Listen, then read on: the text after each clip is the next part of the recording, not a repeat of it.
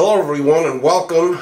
So today I am going to be doing a complete introductory guide to Gloomhaven.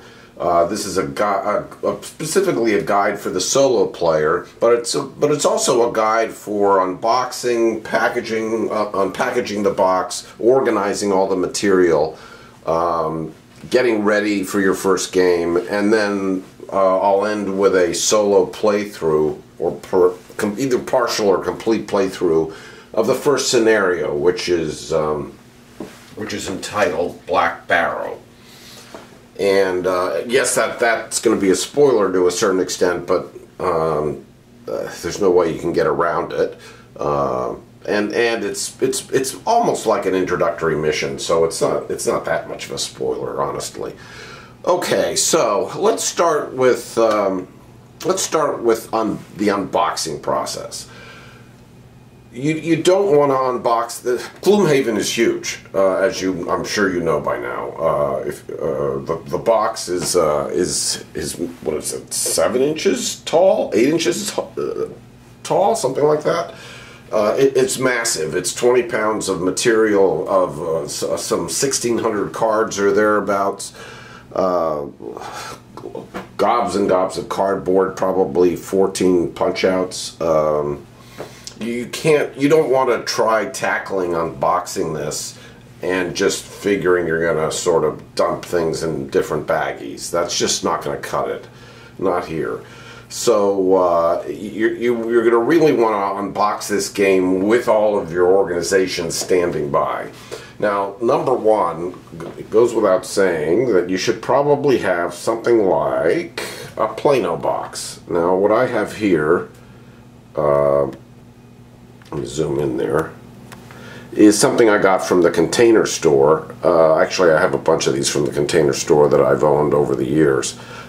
This is a customizable container, so I can actually move things around, and it's very good that the little dividers hold in place, and it works for me, and it has worked for a lot of my games. So over here I've got damage tokens. Over here I've got coins, money. The doors I have segregated. Over here are all the stands for the monster standees, as well as paper clips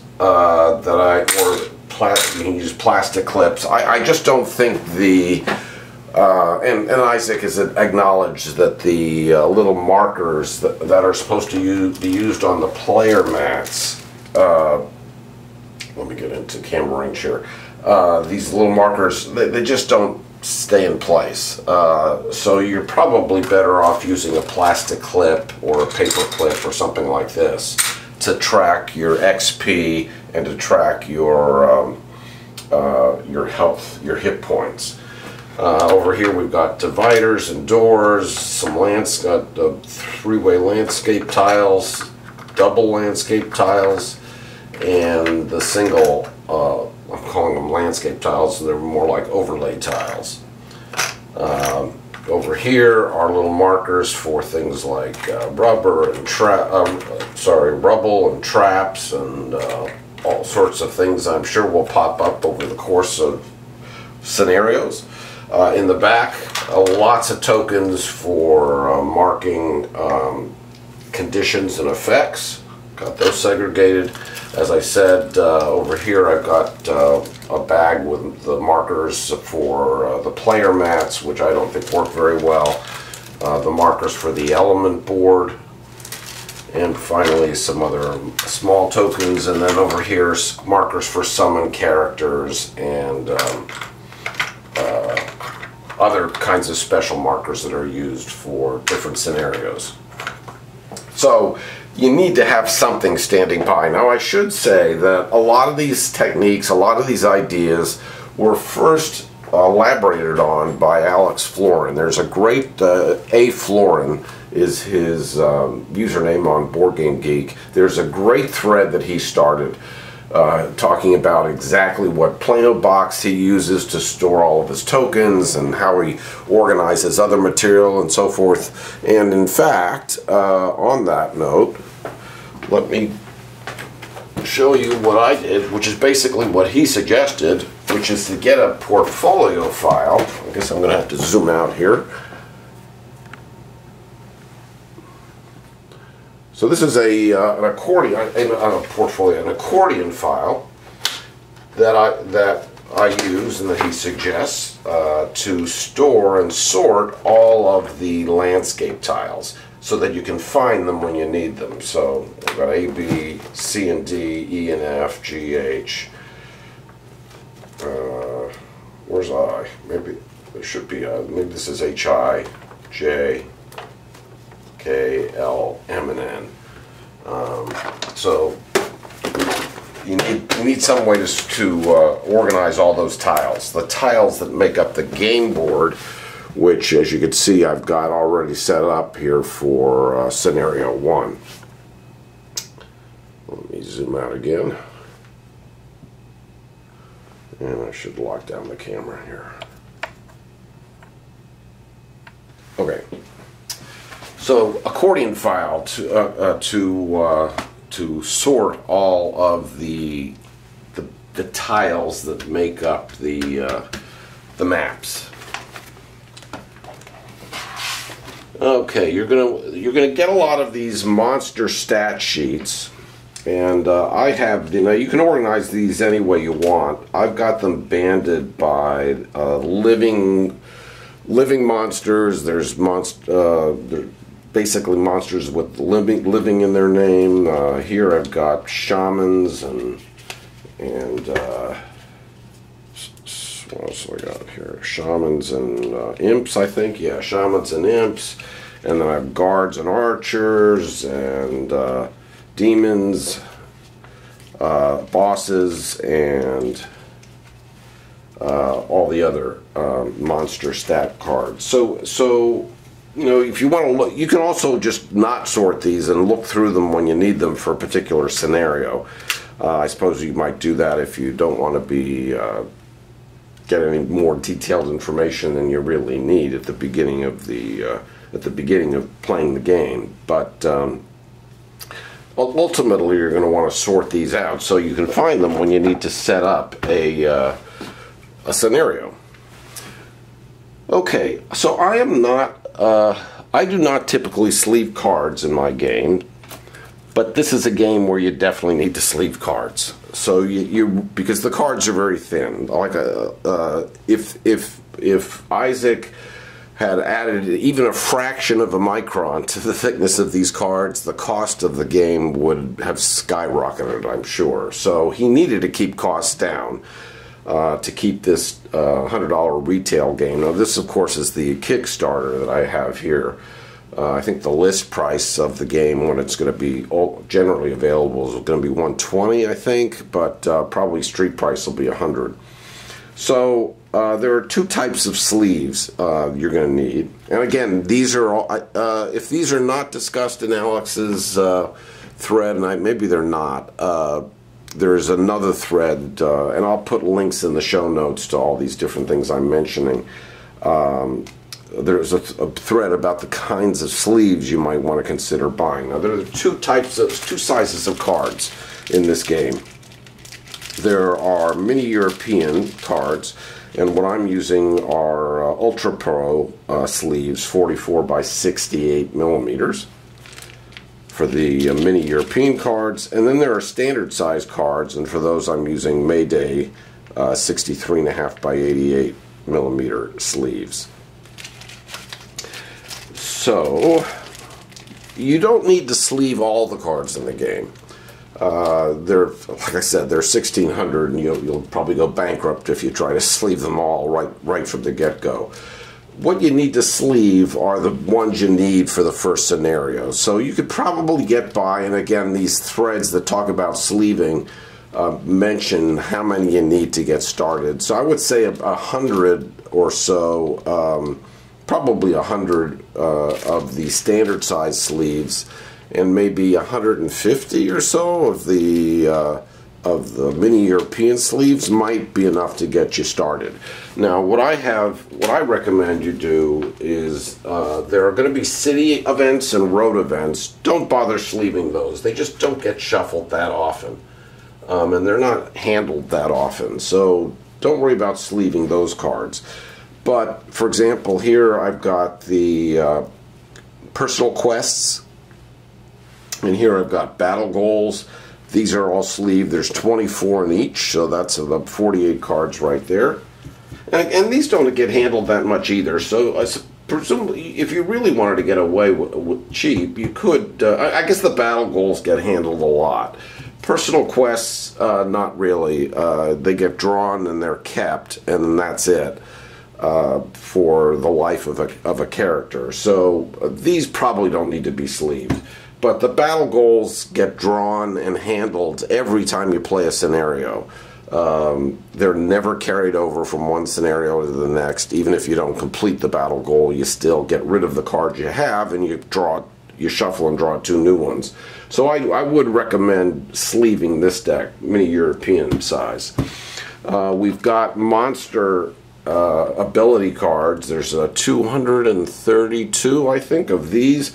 Again, you can sleeve them as you need them for different scenarios. Maybe you could probably get by with, in the early scenarios, there's probably a max of 4 or 5 different monsters, so that would be 40 cards, 40 monster ability cards. Now you can see mine are not sleeved for a reason that will become clear in a moment. We've got the item cards. Now you start. Oh, and by the way, when the city and road events, you only use the first 30 of those. Everything else from 31 up, and they're all numbered at the bottom. You can see everything from 31 up are kept in the box, and different scenarios and different actions and effects will have you pull those cards out when the time comes. As far as items are concerned, you only start with items 1 through 14. You won't use any additional items until the town prosperity of Gloomhaven increases and probably reaches a level of 5. 5 prosperity, that is. So you start with 14, the first 14 items, which accounts for about 32 item cards.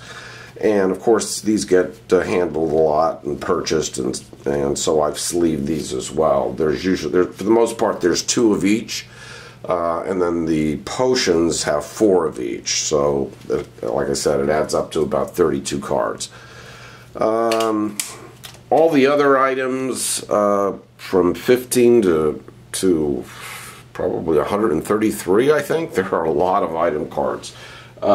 You don't need to sleeve it all. It'll be a while before you pull those out of the box. Okay, so here are some monster ability cards that I have sleeved. And what else we have? More monster ability cards. Oh, of course, the goes without saying, the attack modifier decks. Now these are also part of the general cards that are in the box, not in the character boxes, and I'll talk more about that when we get to talking more about the characters. But you'll know you have the right decks because there are 5 of them, and each deck consists of 20 cards. There's going to be one that has an M in the corner for the monsters, and then there's going to be one for player 1, another 20 card deck for player 2, one for player 3, and of course one for player 4. Sorry, I'm not holding. I should be watching my monitor here to make sure I'm displaying these properly. So there's the M for the monster attack modifier deck, and then player 1, 2, 3, and 4. That indicator is in the bottom left-hand corner of the card. 20 card deck goes to each player. One is reserved for the monsters. They're shuffled, and I'll show you how they're used over the course of the game. There's another stack of special cards, blessings and curses, and -1 cards, extra cards that might be used at some point. These can be, I mean, you can sleeve these if you want to, but it's probably going to be a while before you need them. Maybe you sleeve a couple of each type. And then you've got player reference cards, yeah, I would, if you're going to actually use these, they're reference cards for conditions and effects, although I actually recommend something else. But if you are going to use these are standard size cards, and sleeve those as well. I think that pretty much covers most of the cards until we get into the character boxes. So let me put these back. So far we've talked about organizing all your tokens over here with this organizer. We've talked about sleeving your cards just because they're thin and they will get bent or damaged over the course of playing if you don't sleeve them and protect them. Okay, character boxes. So before I talk about those, I'm going to say that for the most part I am going to be playing with the actual cards and the actual boards and maps and tokens and so forth. But just to make my life easier for the purposes of this filming, I am going to use a program I wrote to track things like attack modifiers and other kinds of miscellaneous stuff. Now, if you've watched any of my previous videos, you know I write programs for a lot of board games I play solo. I know how to do it, and I enjoy doing it, and it makes playing solo for me a lot easier. So here's my program, and I'll explain what's going on here when I refer to it. But suffice it to say that I've had my program randomly determine the 2 starting heroes for me. I do recommend that you play solo with 2 heroes, certainly to begin with.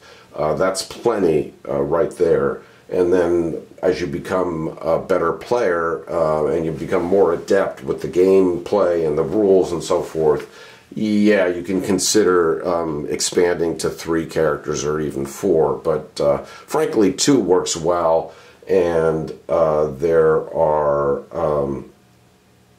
the game, of course, scales very, very well according to the number of characters that are in play. We'll get to that.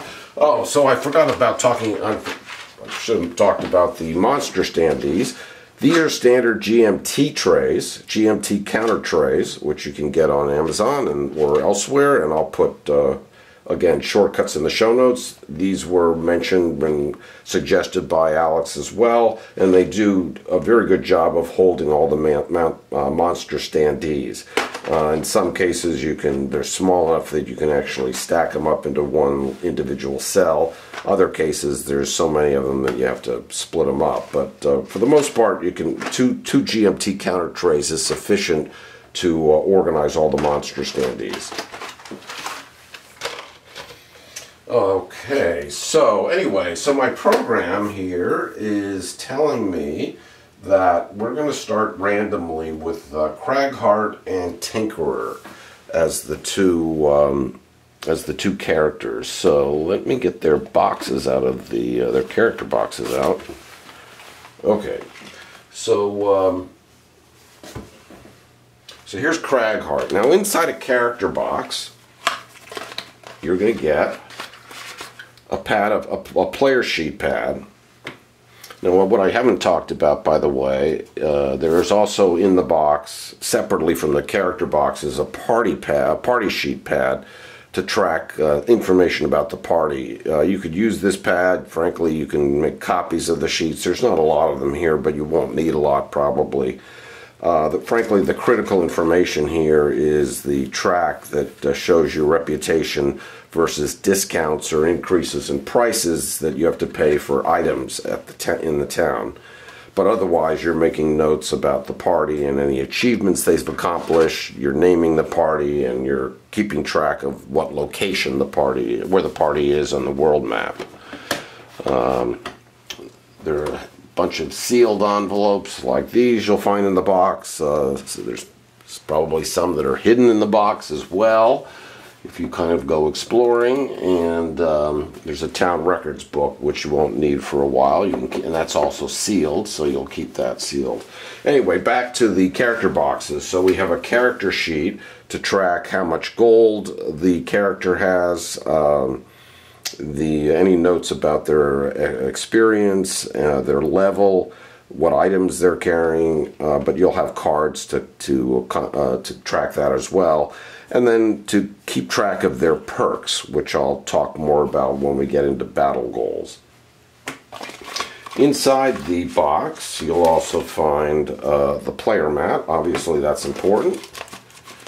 You will find a bunch of cards and some counters, which you can use if necessary to track certain items on certain cards. But for the most part, you probably won't need these for a while, so you can leave them punched in the cardboard and keep them in the envelope. Inside, as far as cards are concerned, there's going to be one envelope that contains all the ability cards. The main cards, the primary cards for the character, are going to have a 1 here in the top center, indicating that those are the level 1 cards.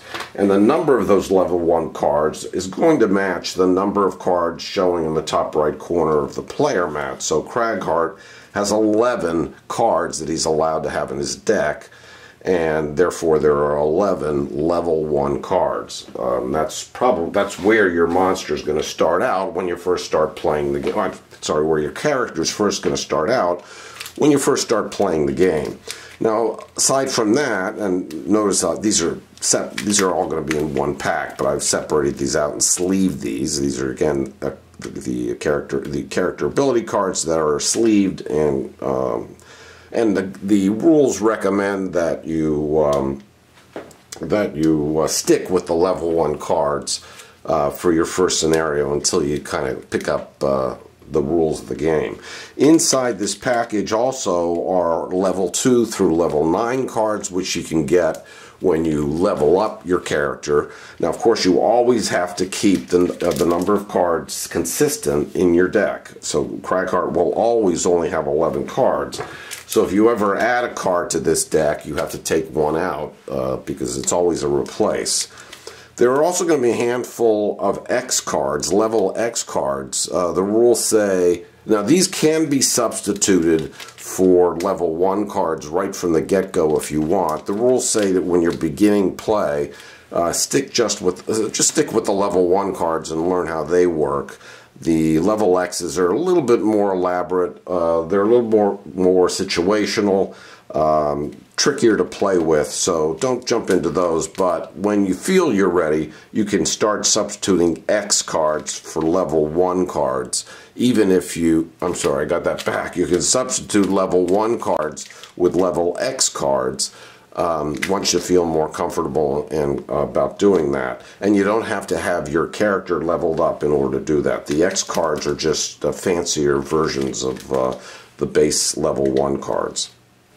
Inside the character box, you're going to also find attack modifier cards. Leave these in the box. You're not going to use them right away. These won't be used until you get perks through completing battle goals that allow you to modify your attack modifier deck. These are not your attack modifier decks. Lots of people are making that mistake. Keep these cards in the character box. They are not what you think. The attack modifier cards for the game are separate from the character boxes, and as I said, they all have either an M in the corner, or a 1, or a 2, 3, or a 4, indicating which player they're for. So for my play today, I'm going to use my base set of the level 1 cards for Craghart. I'm going to put the attack modifier cards back in the box. I'm going to put the leveling up ability cards back in the box. I'm not going to need the tokens, and frankly, for this solo playthrough, I'm not going to need the character sheet. Although the character sheet does show you, as I said, these where you can track all of your perks. When you complete a battle goal, which we'll get to once we get closer to playing the scenario. When you complete a battle goal, you'll get like 1 or 2 check marks on average. When you accumulate 3 check marks, you can then get one of these perks added, which basically modify your attack modifier deck, which we'll talk about. And that's when you're going to use the cards, the attack modifier cards in the character box, to modify your base deck. So that's what that's all about. You can have a total of accumulating, you can accumulate a total of 18 check marks over the life of the character. That's equivalent to 6 perks. But after that, you don't get any more perks, no more additions to the attack modifier deck. So there's a whole slew of different choices, but six at most. Okay, I'm putting that back in the box. Again, I don't need it for purposes of this playthrough today. So that's Cragheart. And same goes with Tink, who is the other character that was randomly chosen for me. So there's Tink's player mat, and here are Tink's character ability cards. Now the Tinkerer here has a total of 12 cards in his deck, as opposed to the 11 which Cragheart has in his deck. Okay. So I'm gonna kind of just put these up here so they're out of the way. But as you can see, this is where you track XP, by the way, and your health. And the level of the character indicates the health of the character, the starting health of the character. So when the character is at level 1, which is where they start, in the case of Cragheart, he'll have 10 hit points of health, and of course 0 XP. While Tinkerer, in this case, has 8 hit points of health at level 1, and also 0 XP to begin with. Alright, so I've got their decks all ready to go. I'll keep those handy. As you can see, I've also got the monsters ready to go for the first scenario. There's going to be bandit guards, bandit archers, and living bones. Now the stat sheets occupy one of these monster stat envelopes so that you don't see all the other information that you don't need to see, because each one of these cards has 8 levels worth of information for each type of monster. Now keep in mind, there are, in the case of the in the case of the bandit guards, for example, there are, and in the case of all the monsters, there are 8 different levels. And I'm going to be using, for this purpose of this playthrough, level 0 monsters. Simplest monsters to fight with. And honestly, you are going to start with level 0 or possibly level 1, but I'll talk about that in a moment. For now, I'm just putting this in level 0, and then you'll use these spaces on the outside of the envelope to track damage for the monsters. Alright, so now let's talk a little bit about the levels of the town and of monster levels and how I arrived at all that. So I'm going to switch over to my program here for a moment, and so over here is the town information. The prosperity of Gloomhaven starts at 0, which corresponds to level 1, prosperity. The prosperity will increase, and then the level will increase. I think your first level increase for the town occurs when you reach 5 prosperity in the town, and the prosperity increases via effects and scenario effects and achievements and completing scenarios and so forth.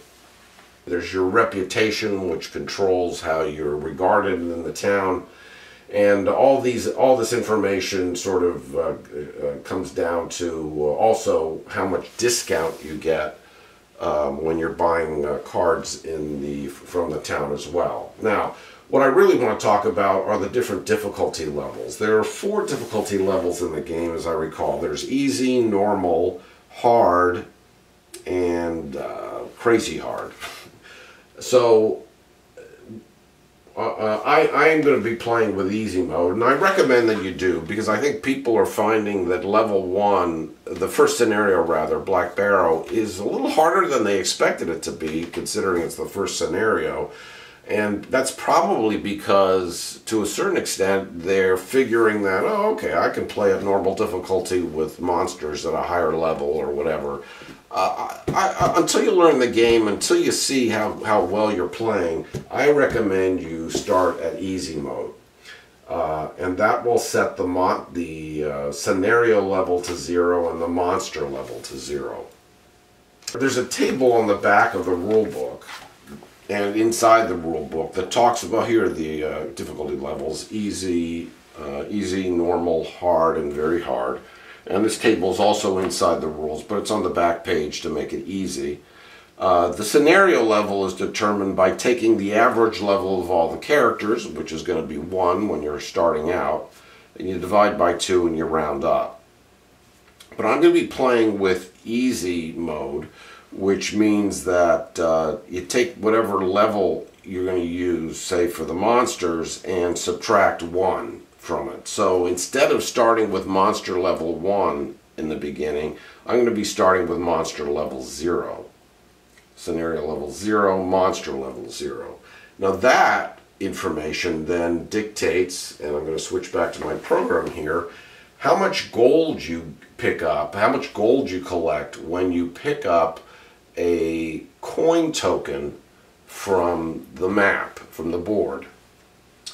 As you can see, there's these coin tokens that are sort of laid out in various places according to the design of the map, and they'll also show up on the map when you kill a monster as well. So at my level, each one of those coins is equivalent to 2 gold. But as you play at higher scenario levels, how much gold you get for each one of those coins is going to increase. Similarly, if you land on a trap, in the first scenario there are 2 traps that you're going to have to land on in order to get into the 3rd room. When you land on a trap, the scenario level indicates how much damage you incur when you land on that trap. So it's set to 2 for my scenario level 0. And then the bonus experience you get when you successfully complete the scenario is also part of that table as well. Now that's separate from any experience that you accumulate in the course of playing the scenario.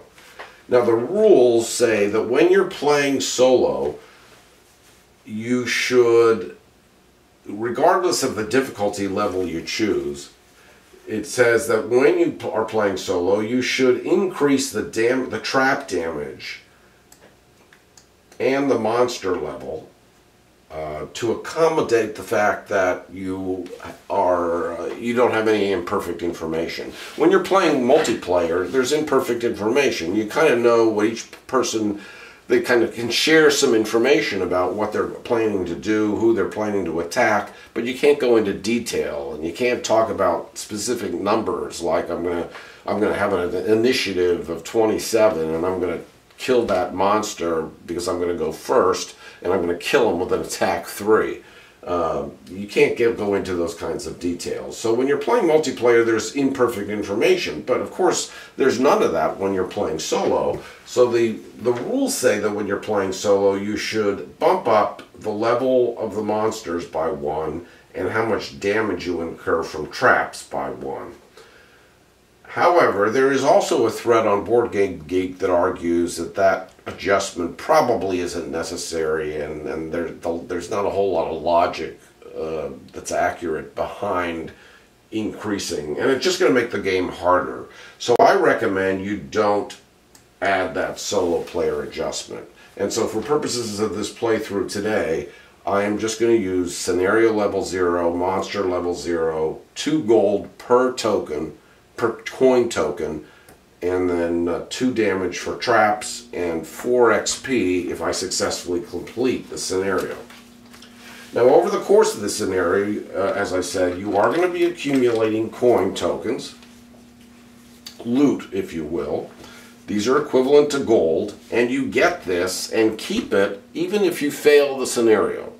So frankly, if you pick up one of these tokens, if you want, you can just you'll accumulate them, and at the end of playing the scenario, you're going to convert them all to gold by multiplying how many coins you have by the number of gold you gain per coin, which is 2 in my case here, and then you can record how much extra gold you've accumulated on your character pad or your party pad, whatever the case may be.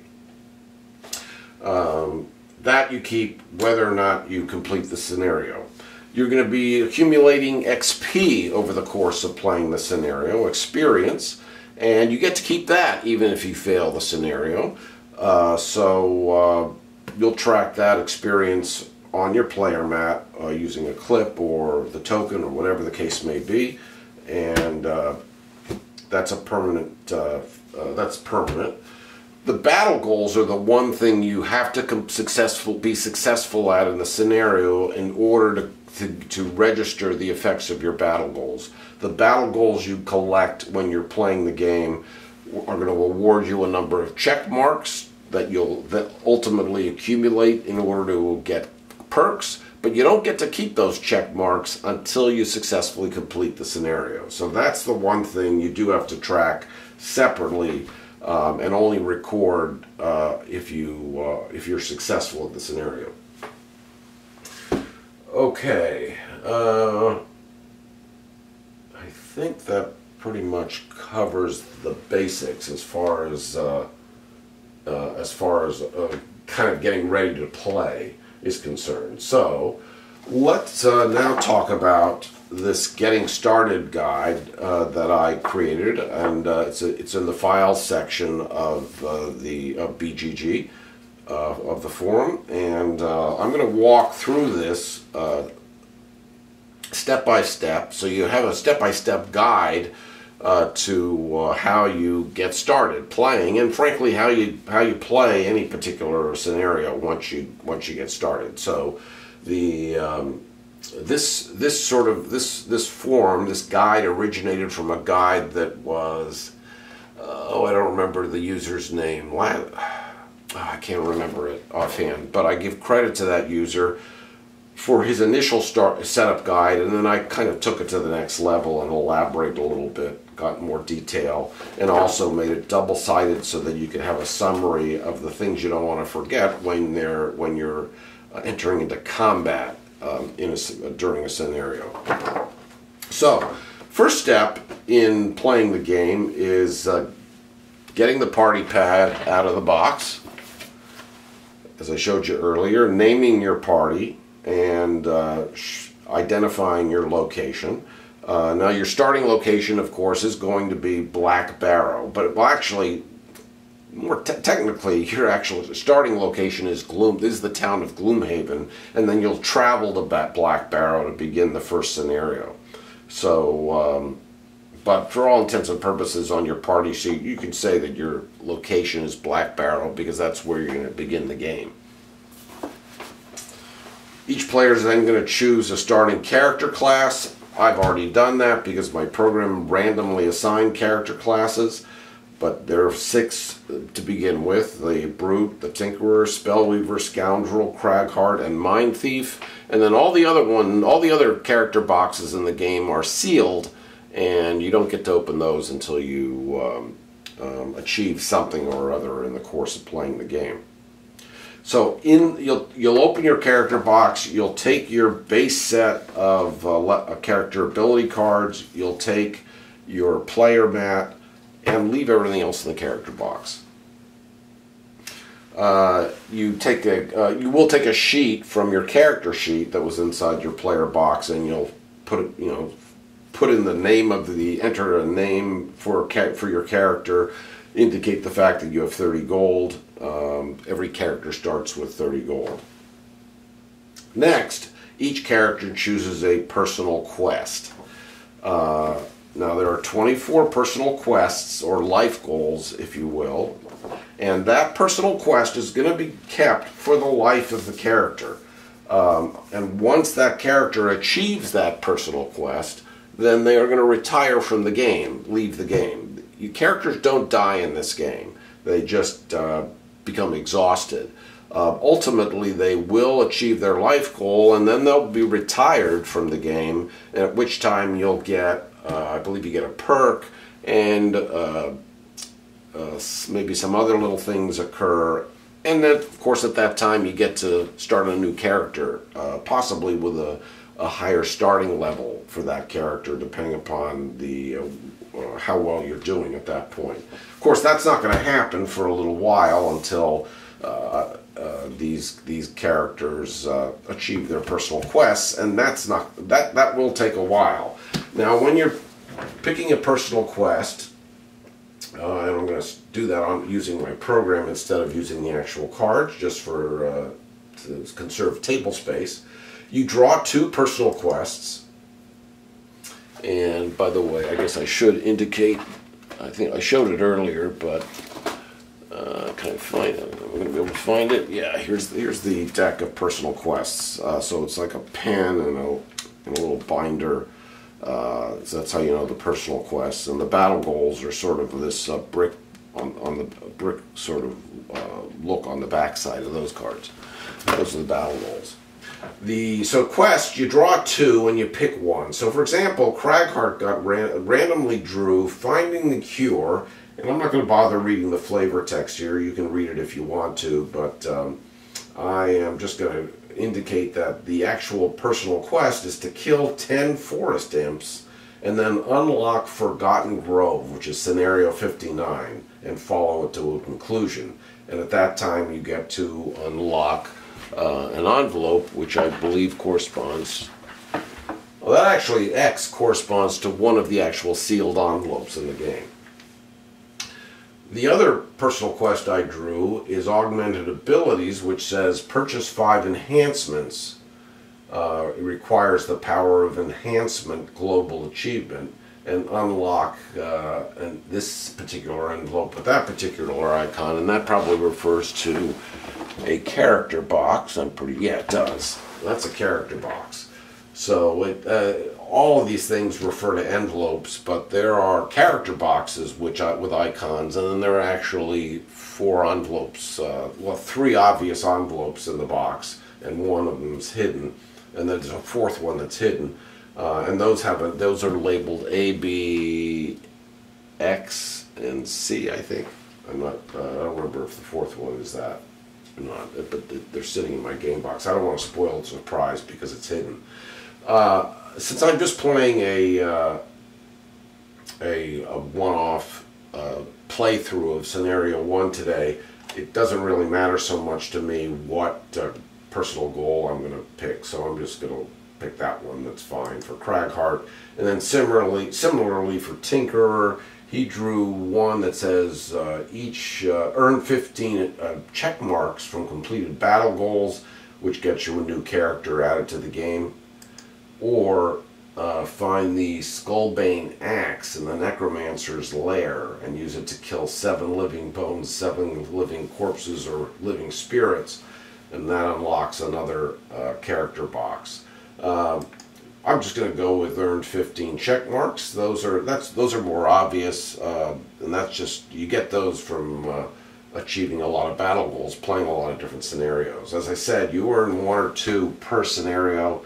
So you'll need to get through about 7 scenarios or so before you get close to 15 check marks. Okay, so now each player has a personal quest, and the next thing you do is that you dig out, if you haven't already, the 20 card attack modifier deck from the game box and give 1 to each player, 1 to each character. Now when you're playing solo, of course, each of the 2 characters you're playing with is going to have their own attack modifier deck, and the monsters as a group will have their own attack modifier deck. So if you're playing with 2 characters, there's going to be 3 decks of attack modifiers you're going to have to keep track of. Now an attack modifier deck is 20 cards and consists of cards that slightly modify an attack you engage in against a monster, or in the case of the monsters, engaging in an attack against a character.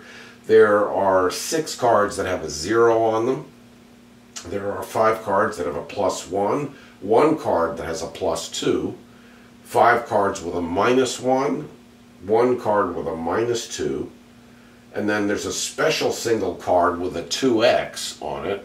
That means you double the strength of the attack. And there's one that has a null symbol on it that indicates you whiff. You don't get any. The attack doesn't hit at all. Doesn't complete at all. So even if it was attack strength 5, you whiff. You just don't get to complete the attack. Although there are certain effects that'll still apply.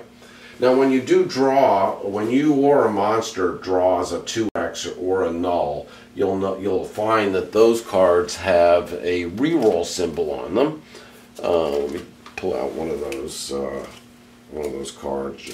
Here, this is the monster card deck. There's the 2x card. This is the reroll symbol.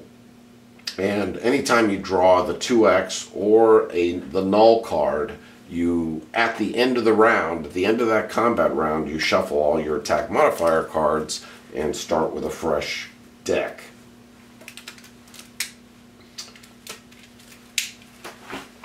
Okay, and you'll find that reroll symbol occurring in other cards as well, as we'll soon find out. So anyway, that's what comprises the 20 card deck.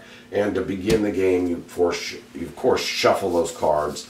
And as I said, there's 3 decks, one for the monsters, one for each player. Each player is going to get an experience tracker and a hit point tracker. As I said, you can either use the trackers that are in the game. They don't work very well. If you don't want to use those, you can use paper clips or plastic clips to, and just be careful you don't damage your player map, but you don't have to put the clip all the way on. You just kind of slide it back and forth this way. And that's that. Okay, you get out standard items 1 through 14, and as I said, each character starts with 30 gold, so they can spend that 30 gold or some or all of it in at the shop in Gloomhaven to purchase whatever items that they might want to have and carry with them into battle, into the first scenario. Now, the scenario book, the first page of the scenario book, has suggestions for what each character should purchase, and all those suggestions have you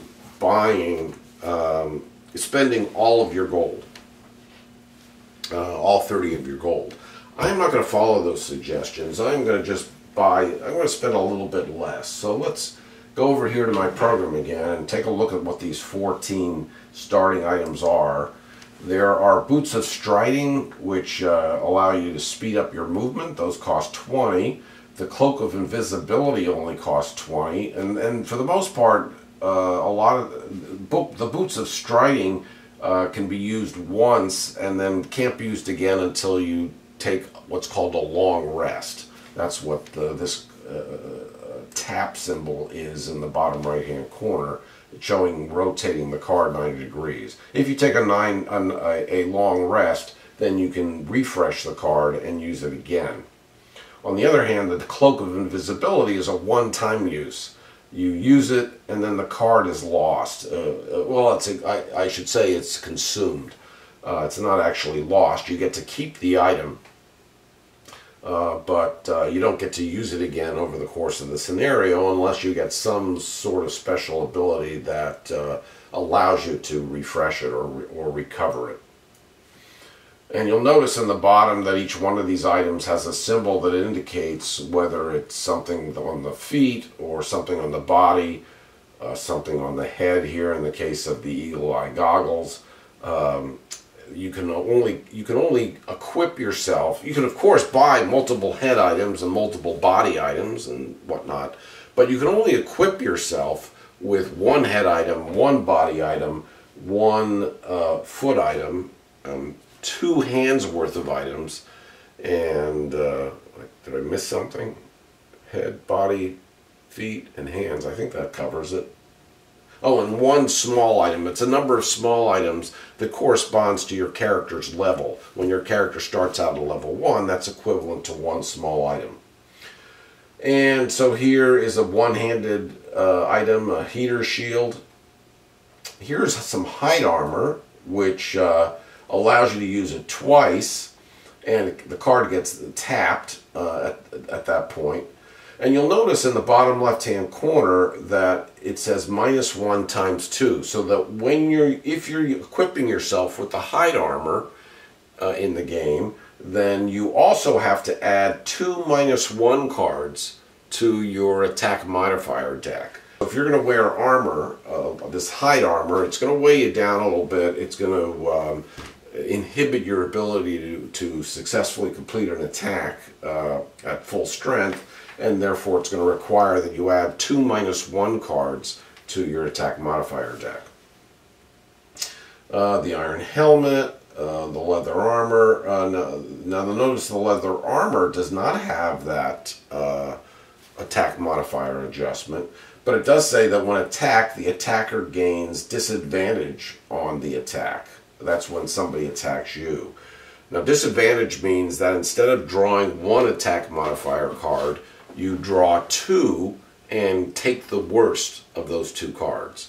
In some cases, you're going to have advantage because of a special ability on a card, and when you have advantage, you draw 2 attack modifier cards and use the better of the 2 cards. Then we get to the minor healing potion, which only costs 10. That's a small item. The minor power potion, minor stamina potion, a piercing bow, poison dagger, so forth and so on. So you can see that the cost of these items is either 10, 20, or 30. So for purposes of Cragheart, I'm going to take the minor healing potion for 10. And maybe I'll have, maybe I'll also have the Tink take, well, for variety, no, I'll have him take the minor healing potion as well. And that's all I'm going to spend. I could spend the other 20, but I'm going to reserve that gold for some other purpose, which you'll soon see. And sometimes also, city events and road events give you an option to spend some gold in order to collect some special item. So you probably want to hold on to some gold if you can. But there's another reason I want to hold on to some gold, as you'll soon discover. All right.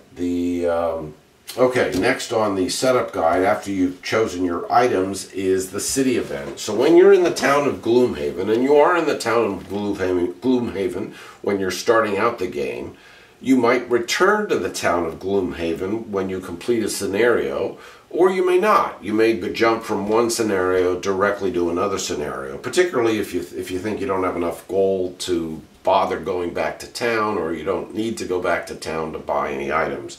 But if you are back in the town of Gloomhaven, or as I said, when you're starting out the game in the town of Gloomhaven, you're gonna perform a city event.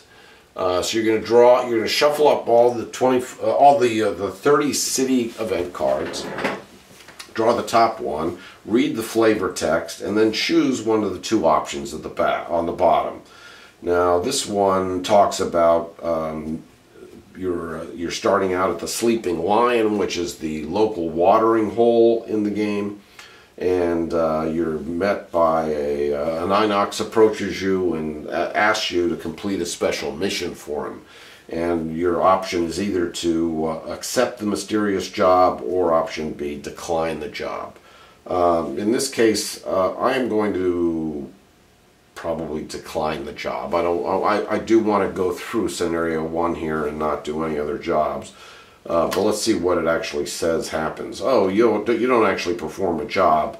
Instead, if you accept the job and one of these 3 characters is in your party, then you gain 10 gold. If you don't accept and then if one of these 3 characters is not in your party, then you will lose 3 reputation. Of course, you start out with 0 reputation, so your reputation is going to be can't go below 0. Now I decline the job, which basically says, oh, too bad, but no effect. So nothing happens. There's a symbol here to remove the card from the deck. Actually, the symbol is to destroy the card, to rip it in half. But I'm not going to rip my cards. And like many players, I don't like permanently defacing my boards and my cards with stickers and so forth. And I get to use my program to accommodate all those achievements and stickers and whatnot. So I won't have to permanently deface anything. But there are other things you can do if you don't want to rip up cards or deface your board with stickers. And a lot of those ideas are talked about in threads in Board Game Geek. So after you complete a city event card, then you do the same with a road event. Now a road event gets, when you're in the town of Gloomhaven, traveling to your first destination, which is Black Barrow, you are on the road, and therefore you have to complete a road event. When you're moving from scenario to scenario, for example, if you complete a scenario and don't want to return to the town of Gloomhaven, you can jump directly to another scenario. Now, if you jump to one of the linked scenarios, for example, if you complete scenario 1, you'll find that that links you to scenario 2. If you jump directly to scenario 2, because it's a linked scenario, you don't have to complete a road event. But if you go anywhere else to complete a different scenario, you do have to complete a road event. So we're in the town of Gloomhaven on the way to Black Barrow, and we are going to complete a road event. This one's shorter, so I'll read it. It says, the route to your destination is less direct than you had hoped, and you end up taking a shortcut through a small forest. There you happen upon a family of deer. They are still a ways off in the distance and haven't noticed you. You approach cautiously. Option A is to shoot at one of the deer, or option B is to just watch the deer for a little bit. I am not the type of person to shoot at the deer. I'm going to go with option B. So in the case of option B, an inox appears and says, hey, thanks for not scaring away my prey. As a reward, I'll share some spoils with you, and they say, start your scenario with a bless. So a bless corresponds to a blessing that gets added to your attack modifier deck. Now if you shot at the deer, you would have started out with a curse and 2 damage. So in this case, it was a good idea to not shoot at the deer. So I get to start out with a blessing, and a blessing is basically another 2x card. But they're special. They kind of look like this. So, and they indicate that when you draw this card and get another 2x and get the 2x and get to use it, you then discard the card. You get rid of it from your attack modifier deck because it's you get to use it once and that's it. If you don't get to use it over the course of playing the scenario, then it gets removed from your deck at the end of playing the scenario. So it's nothing you ever get to hold on to permanently. Now again, for my program's purposes, I'm going to simply do it this way. I'm going to add a blessing card to my attack modifier deck for Cragheart and to Tinkerer. And you can see now that they each have 2 2x cards that make up their decks instead of the 1. And of course, when you add that card, you have to shuffle the deck, and now each character is starting with a 21 card attack modifier deck instead of the standard 20 card deck. Okay, next you put out the elemental infusion board, and you get out the tokens, the 6 tokens that track the earth and the fire and the wind and air and light and dark, and they go in the inert column of this board. When certain abilities on your character cards activate, then they will jump to the strong column. A certain element might jump to the strong column, at which time another character or you in a subsequent turn can possibly make use of or consume that that element, at which point it will give you some special benefit and will also then force it back to the inert column. If someone does not use an element that's in the strong column, then at the end of that combat round in which it was created, it's going to fall down to the waning column. And then at that point it still can be consumed to get the extra ability, and it goes back into the inert column. But if someone does not use an element that's in the waning column and the round ends, then it becomes inert anyway. So that's what this is for. But again, I'm going to use my program to control the 6 elements: fire, ice, air, earth, light, and dark. So they all start out in the inert column, and potentially a character ability might allow them to jump into the strong column, and then at that point get consumed to boost up, apply a boost effect to some character ability. But as I will clarify later in playing the scenario, if a character gets to introduce one of these elements into the world, if you will, to move it into the strong column, then that character in that turn cannot also consume that same element. It doesn't work that way. They can another character in a subsequent play can use it, or a monster can use it, but you, who actually created the element, can't use it until your next turn. You can't consume an element in the same turn in which you've actually created it.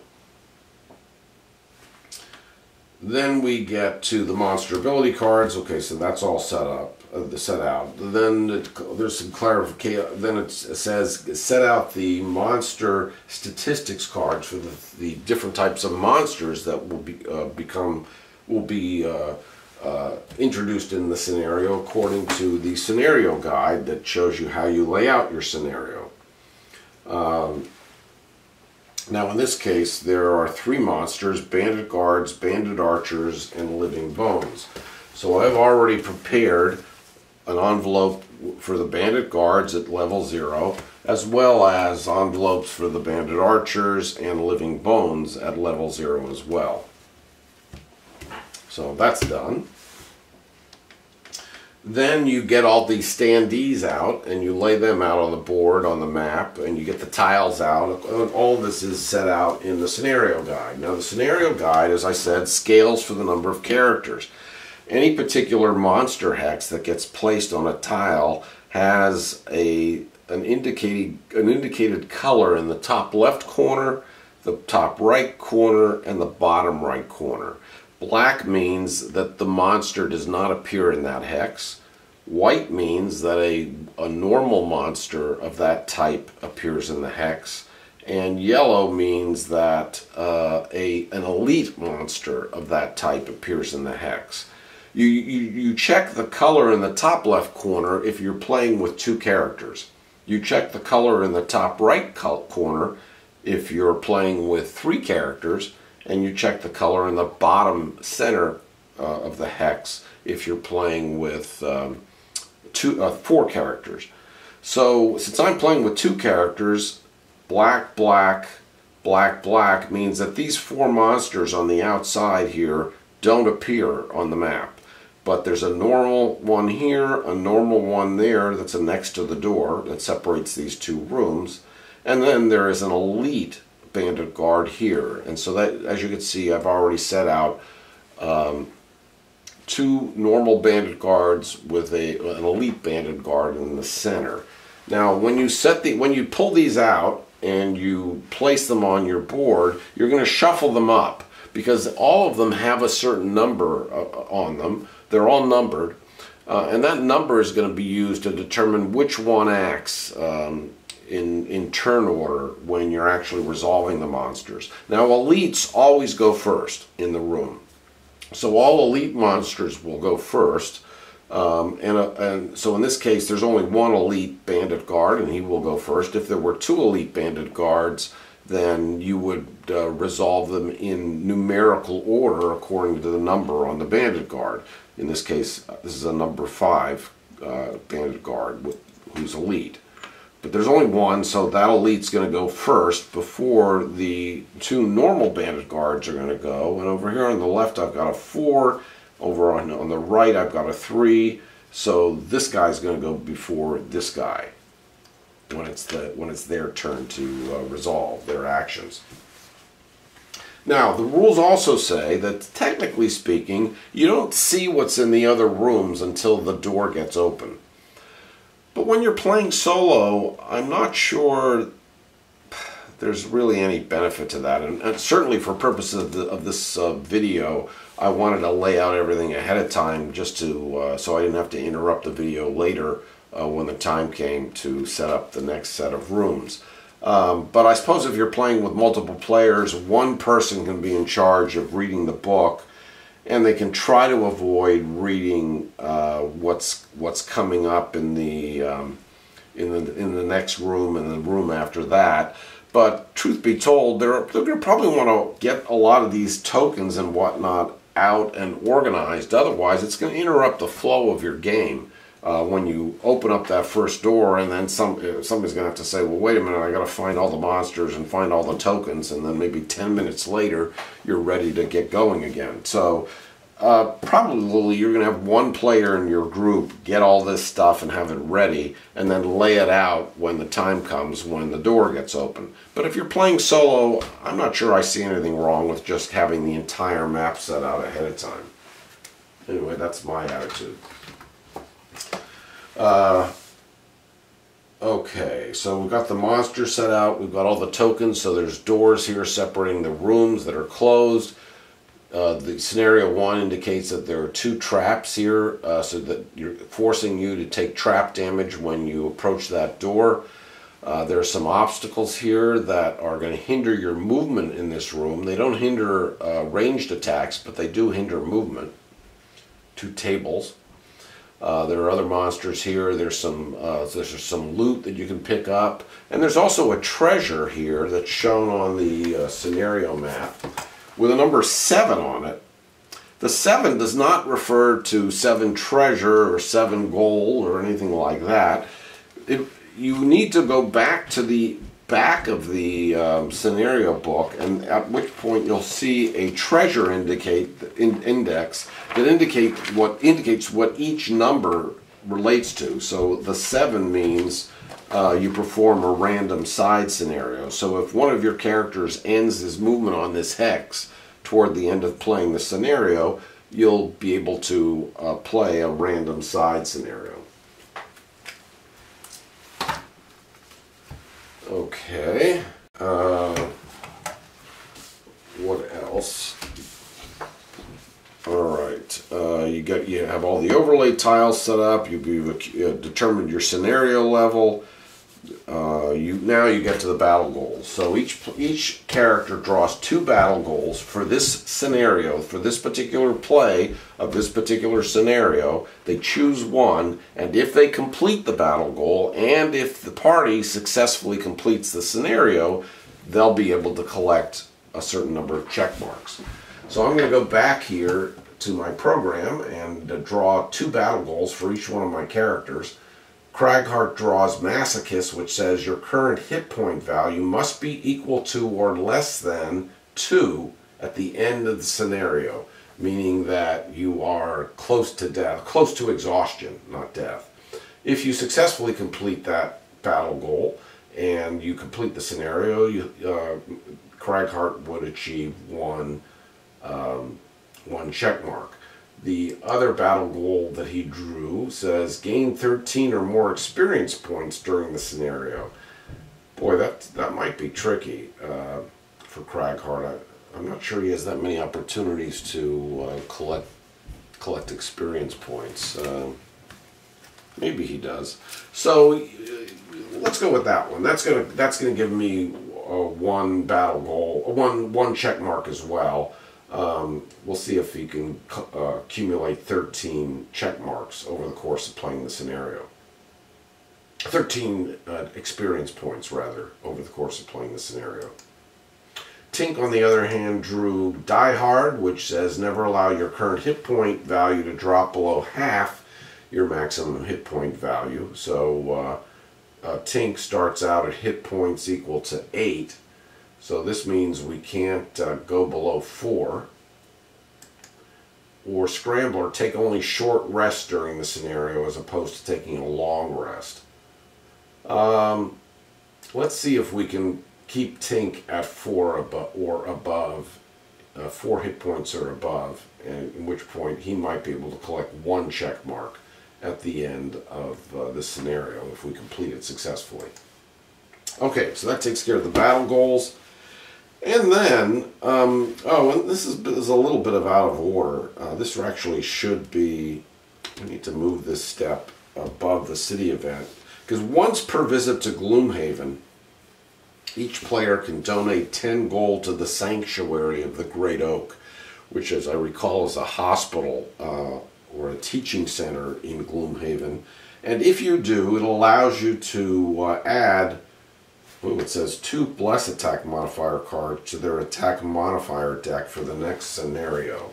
I'm going to go back here, and I'm going to do that. So I'm going to pay 10 from Cragheart and 10 from Tink, and each one of them is going to get 2 more blessings added to their attack modifier deck. And now their decks are going to be 23 cards in total.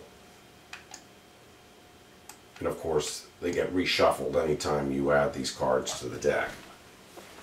That's going to be really nice. Those cards will pop up, I bet, over the course of the scenario, and getting that extra 2x on attack damage will definitely make the playthrough of this first scenario a little bit easier, certainly for me, because I'm not going to be thinking completely straight. I'm going to be rushing through this scenario to a certain extent so that this video doesn't take hours and hours and hours. We're already an hour and a quarter in. Okay, and as I said, if you fail a scenario, you get to keep the experience and the loot, but you don't get to keep the check marks from your battle rolls.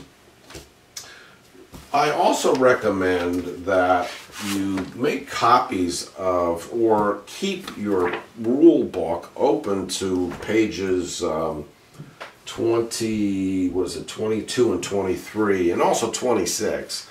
I've made a copy of pages 22, 23, and 26, and I made it double-sided. This gives you information about all the conditions and effects in the course of the game. You are going to be referring to this pretty frequently until you sort of learn what all the conditions do. And that's why I suggest you have this handout at the ready, or at least have your rule book open to pages 22 and 23, and possibly 26, if you need to figure out what those conditions and effects do. Okay. Wow. Okay, I think we're ready to get started now. Except for the fact that would be nice if I get my figures out for my 2 characters. So we've got Cragheart, which I'm actually going to put on the left, and Tink on the right. So here's Cragheart's character. Now the scenario says you can start in where does it say you can start? In any of 1, 2, 3. 1, 2, 3, 4, 5, 6, 7, any one of these spaces. I'm going to put him right on the front line and put him there. And then Tinkerer, similarly, I'll put him on the right side, over there on the front line. Is that the front line? Yes. Okay. So that's where Tink's going to go. All right, I think we're ready to get started now. So, how do you actually play the game? Well, each character is going to do one of 2 things. They're going to either draw a pair of cards to use for that particular round of combat, or they're going to take a long rest. Because the number of cards in their hand has dwindled down to a small number of cards. And of course, if you only have 1 or 0 cards in your hand, you're going to be forced to take a long rest. I'll talk about what a long rest does later on, but right now, obviously, we're not going to be taking a long rest. We're going to be drawing 2 cards. Ultimately, you're going to be using one of those cards for the top action, the top half effect, and one of those cards for the bottom half effect. But you don't have to permanently make a choice as to which is going to be the top half and which is going to be the bottom half. You won't have to do that until later. Furthermore, you don't have to actually use the effect in the top or bottom half. You can always default to attack 2 on the top half of a card, or move 2 on the bottom, on the bottom half of the card. At which point you ignore all the other effects on the card, and this indicator which says you lose the card after you play it and use that effect. In addition, one of these cards is going to be played on top of the other to indicate what your initiative is going to be for that particular round. And that's going to determine the turn order between you, the other character or characters in the game, and the monsters, the different monsters that are currently present. And right now we're facing 3 bandit guards here, which I just indicated in my program. So, for purposes of Cragheart here, I think I'm going to start with this card, a ranged attack against this elite bandit guard at range 3. And it says, all allies and enemies who are adjacent to the target suffer 1 damage. And I also get to introduce the earth element on the elemental infusion board. So, but all that is going to get resolved top to bottom. So I'm going to use this card probably for my top half, or the top half of this card for one part of my what my action is going to be, and then I'm going to use this bottom half not for the loot effect, but instead for the move 2 effect, the default move 2 effect. And I'm going to have the 35 card be on top. That's going to be my initiative value. So I'm going to set that out there. Out of the way. And then for the Tinkerer, I think I also want to stick with range attack. Here is, let's see. Well, this is a nice card. Now here's a card that if you use it, it's going to, you're going to lose the card. You won't get to use it again unless you have a special ability that allows you to use the card later in the round, later in the scenario. But chances are you won't get to play it again. And it also targets all three adjacent monsters and 3 adjacent hexes. Now that's not the case here in this scenario. So I could possibly target 2 of them, but not all 3 of them, because the 2 here in the back are not adjacent to one another. So let's see. Maybe I want to hold on to that and not spend it right away. Here's attack 2. My card is falling out of my sleeve. Okay. Here's an attack 2. At range 3, applies poison. Here's attack 5. Boy, that might knock these guys out. At range 2. That might be a little risky. Because he's not in range 2, and I'm probably not going to get a card that allows me to move on the top half of any one of my cards. Yeah, he doesn't have a move ability on the top half anywhere. So I think I'm probably going to be attacking with strength 2 at range 3. Attack 2, range 3.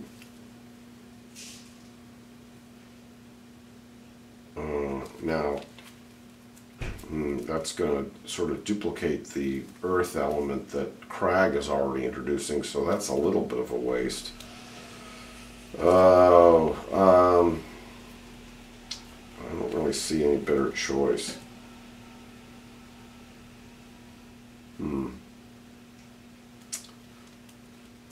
Actually, you know what, in that case, I think I'm going to use this card, introduce, and it has a low initiative. I'm going to change Crag's card. Instead of this attack 3 that infuses earth, he has an attack 3 that uses earth.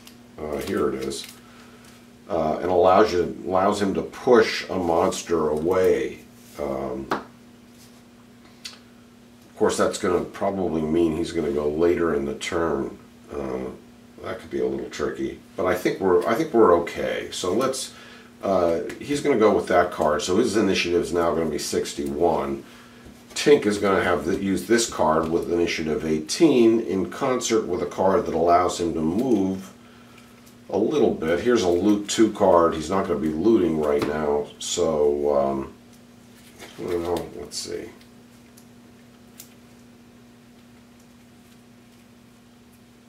Maybe I'll use this heal card since he's not going to need a heal card just yet. So here's a heal 2 card. I'll just use for movement instead. Put that underneath. So his initiative is 18. Craghart's initiative is 61. And now we go draw a monster card that all 3 of the bandit guards are going to share. Now there are when you're each one, there are actually 29 different types of monsters. There are guards in general, and the guard cards are used for bandit guards as well as Inox guards, and as well as there's another type of guard, city guards in the game. But they all use the single deck of 8 monster ability cards. So there are 29 total sets of monster ability cards for types of monsters, and there are 8 cards in each deck. And that, I think if you multiply it out, should come out to 232. 8 times 29, I think that, yeah, 232. So that's that number that I referred to earlier in this video. So for the bandit guards, there are going to be 8 cards that are going to make up that deck. Of course, that deck gets shuffled, and now we're going to draw a monster card that all 3 of the bandit guards are going to make use of for this particular combat round. So they draw this card, which gives them an initiative of 30, and they're going to move +1 but attack with -1 strength. That's not quite what I expected. So this might be we might be taking some damage here, I'm afraid. This is not looking so good. That means that Tink's going to go first, but he's only going to hit them with attack strength 2. Then the monsters will go next with their initiative of 30, and then finally Craghart's going to go with an initiative of 61. He may need to retreat in order to make sure that he's not adjacent to the monsters when he attacks them. And possibly the same in the case of Tink. So now Tink has an attack 2, attack 1 monster with 2 strength at range 3, poison that character, and also infuse the earth element. Now poison means that if a figure is poisoned, all of your fellow characters, if an enemy, a monster is poisoned, all of your fellow characters who are attacking that monster get to add +1 to their attacks. And you get to add +1 to your attack as well. However, you perform the effects in order from top to bottom, so the poison's not going to happen until your attack is complete. I'm pretty sure that's the case here. So you are not going to get +1 on your attack.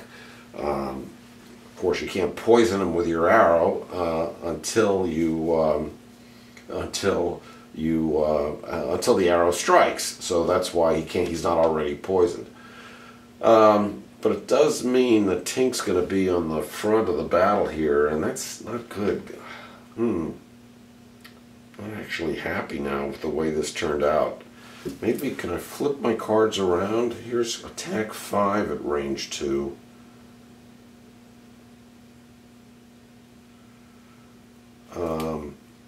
Summon a decoy. Oh yeah. Okay, I am actually going to flip. I thought I was going to use the bottom half here and the top half here, but now I changed my mind. I'm going to use the top half here and the bottom half here.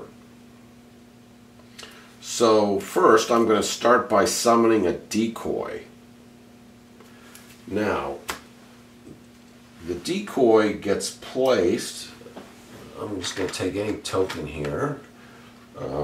Tink is sort of like this grayish in color. I don't think it really matters which one I pick, but I'll grab this one. Okay, so this is going to be the harmless contraption. This is a decoy that attracts attention of the monsters. It can't attack back, so it has no attack value, and it has minimal amount of movement, and you can't move it until your next turn anyway. But you get to start him out. He has 6 health, and you get to start him out in one adjacent hex. So I am going to wait a second. He needs to be at range 2. Darn it! Wait, I can't use that because I'm not going to be in range. I'm 3 spaces away from that elite, so I'm going to have to move. So I can't use the harmless contraption. Or maybe I can put, you know what? I can use them. I'm not going to have Tink attack at all. It's a shame because I'm not going to be using this card at all. But I am going to use this one to set out this harmless contraption. That's going to limit the amount of damage, I think, that my character is going to take. So I'm going to do this top half first. I'm going to put the contraption here, and now I am going to use this card, the bottom half effect, to move Tink up to 2 spaces. I'm going to have him move backwards 1 space. That will ensure that the monsters, when they move, go after the decoy and don't go after us. And that's going to limit the amount of damage we're going to get hit with. So that's what I'm going to use this for. So now it's not going to help Cragheart, probably.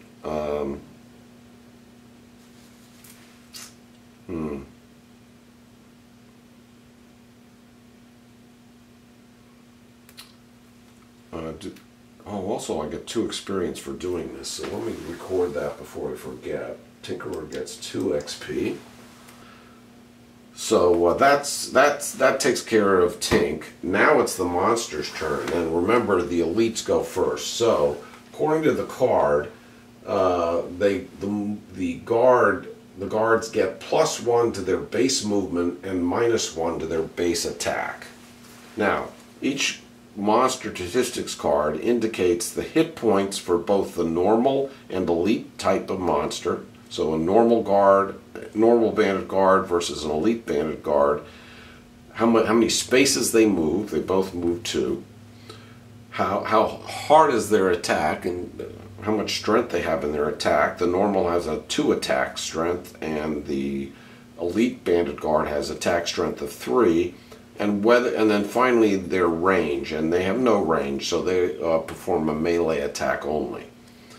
So their base movement is 2, and the monster card says +1, so this elite, which is going first, can move up to 3 spaces. First he chooses who his focus is going to be. Well, clearly, actually, and I didn't have to worry about this at all, his focus is going to be on this decoy, because it's 2 spaces away. He can get there in 2 movement, or literally he can get adjacent to him in attack position in 1 space of movement. So, as opposed to Cragheart, who is 3 spaces away. So he's focused on this decoy. So that's the first thing you do. Then you do the movement, and you move as much as he needs to move in order to get into attack position. So that would be one space forward, and now he's ready to attack. The monster card says attack with -1 strength. The standard strength of an elite bandit guard is 3, and now we go and draw an attack modifier card and see how that so that's 3 minus 1 equals 2, and that's 2 strength, and now we draw an attack modifier card to see what happens to that 2. We get a -1, so it's now -1 strength, -1 attack against this decoy. So the decoy is going to incur 1 hit point of damage. And I'm going to use a damage token and just put it on top of the decoy to indicate that. So that's the effect from this particular elite guard. Now we resolve both of the normal guards in numerical order. This is number 3. He goes before number 4. So he's going to have also 3 spaces of movement. Space movement of 2 plus 1 from the card. He's going to go 1, 2 and get into attack position against the decoy as well.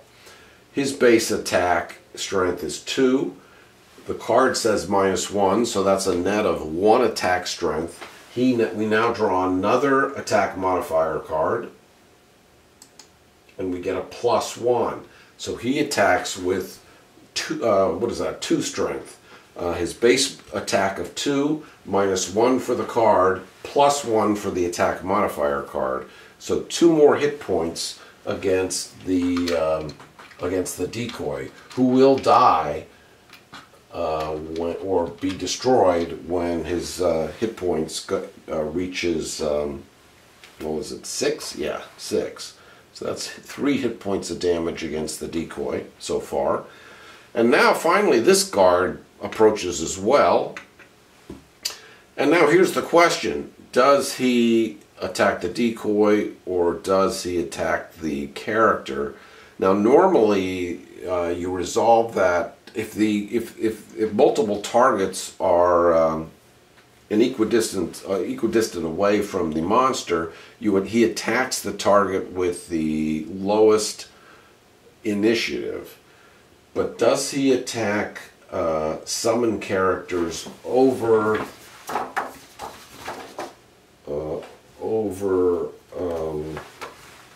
normal characters? I'm not sure about that, so I'm going to very quickly check that. A summon's turn in the initiative order is always directly before the character who summoned it and is separate from that character's turns. Monster focus. Before acting, each individual monster will focus on a specific enemy, either a character or a figure summoned by a character. The first priority of a monster is to focus on the enemy closest to it. If more than one enemy ties for being the closest, the second priority is to focus on the enemy who is earlier in the initiative order. Summons are focused on or before the character who summoned them in this regard, and a character who is performing a long rest would be focused on last. So basically, this decoy is going to get preference over the character, and this normal guard is going to target the decoy.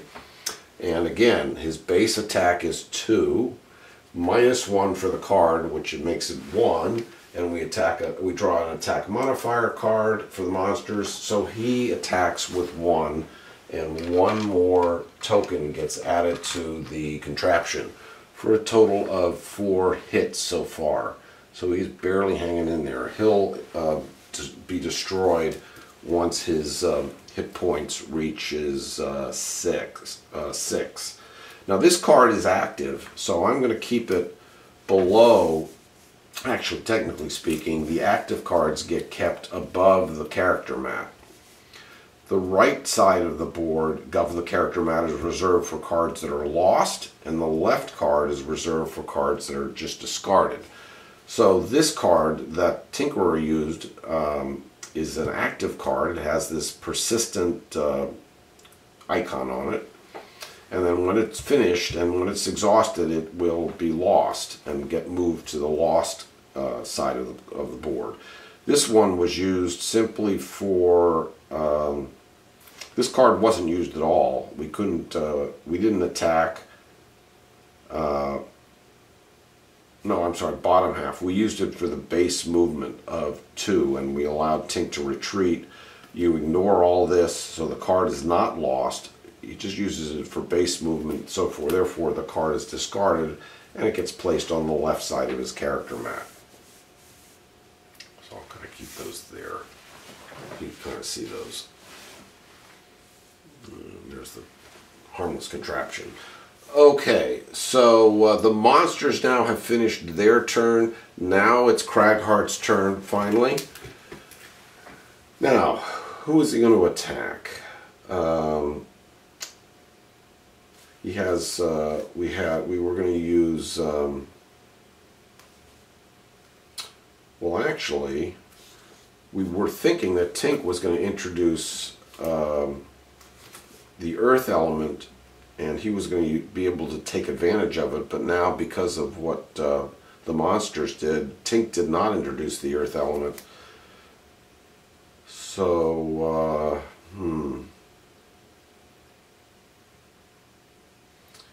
So maybe I'm going to use the bottom half of this card for base 2 movement.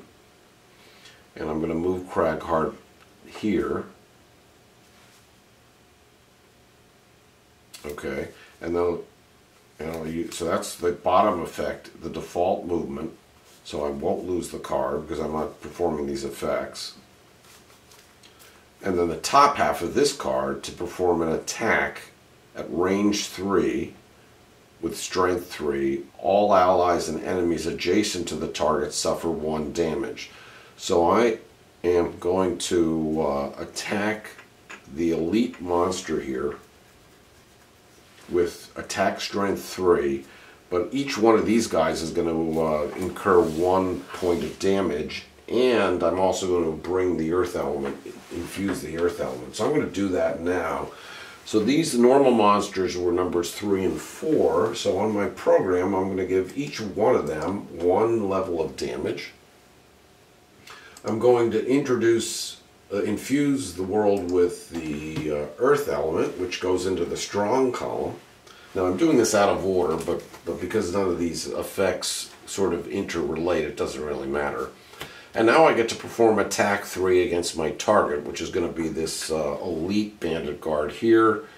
So he is within range. Attack 3, and then I draw an attack modifier card, and I get a 0. So he gets 3 points attached to him. He's number 5. He will die when he gets to 9. So number 5 gets 3 points of damage. Okay, now normally you would be using combat tokens and placing those combat tokens in the different sectors here of the monster statistics envelope to determine how many hit points each monster has taken. But I'm going to use my program that's just a little bit simpler in that regard. Okay, both of, so what did we do here? We used bottom half here, top half here, and both of these cards simply get discarded, so they're going to get put on the left-hand side of Craghart's player mat. And that ends round 1 of combat. So now let's see if I can pick up the speed here a little bit. Okay, so Craghart's next turn, I think, is going to go after that. I think he's going to go after this bandit guard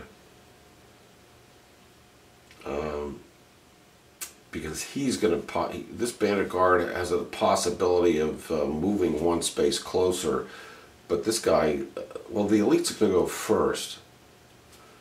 So actually, the elite can move through the normal monsters, and so the elite can get adjacent to Craghart, but it's still going to target the, even if it's here, it's still going to target the decoy. I think I am going to continue to attack that elite. Okay, I think maybe I'll use the plan to use the top half of this card, attack 2 strength, but at range 5. It's a ranged attack. I can use the earth element that's infused to immobilize the character in order to keep the elite guard from moving, assuming I can get my turn in before him. And I'll also get 1 experience if I actually end up playing this top half as well. So that's a 38. And yet, you know, truth be told, these monsters are not going to move. They're already adjacent to their target. So it's only if and when this contraption gets destroyed that I have to worry about the other monsters. So maybe I should be targeting this guy, who has better chance perhaps of coming after me. Because probably the elite's going to finish this contraption off. Anyway, I'm going to use this card for base movement of 2. And that'll give me an initiative of 13. Now, I'm using some of my better cards right away here, but that's just neither here nor there. Let's see, what do we have for Tink? Okay, here's something. Attack. Here we go again. Attack 3 enemies, up to 3 enemies who are adjacent to one another, ranged. So he could attack both the elite and this normal monster here. Maybe I should have Kraghart attack that guy then. At range 3, immobilize. That'll keep them from moving. And gain 1 experience for each enemy targeted. Now, he's going to lose the card, but I think we're going to use this card for Tink. It's a low initiative as well. And he is going to attack both the elite and the normal guy here. Let's use this shield card, perhaps. Hopefully we're not going to need the shield.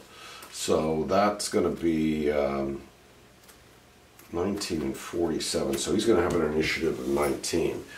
Finally, we go back here and draw a monster card for the Bandit Guards, and they, oh man, they draw 15. Oh boy, so they're going to go, it's going to be Kraghart first, then the monsters, then Tink. So this is, again, is not working out the way I expected.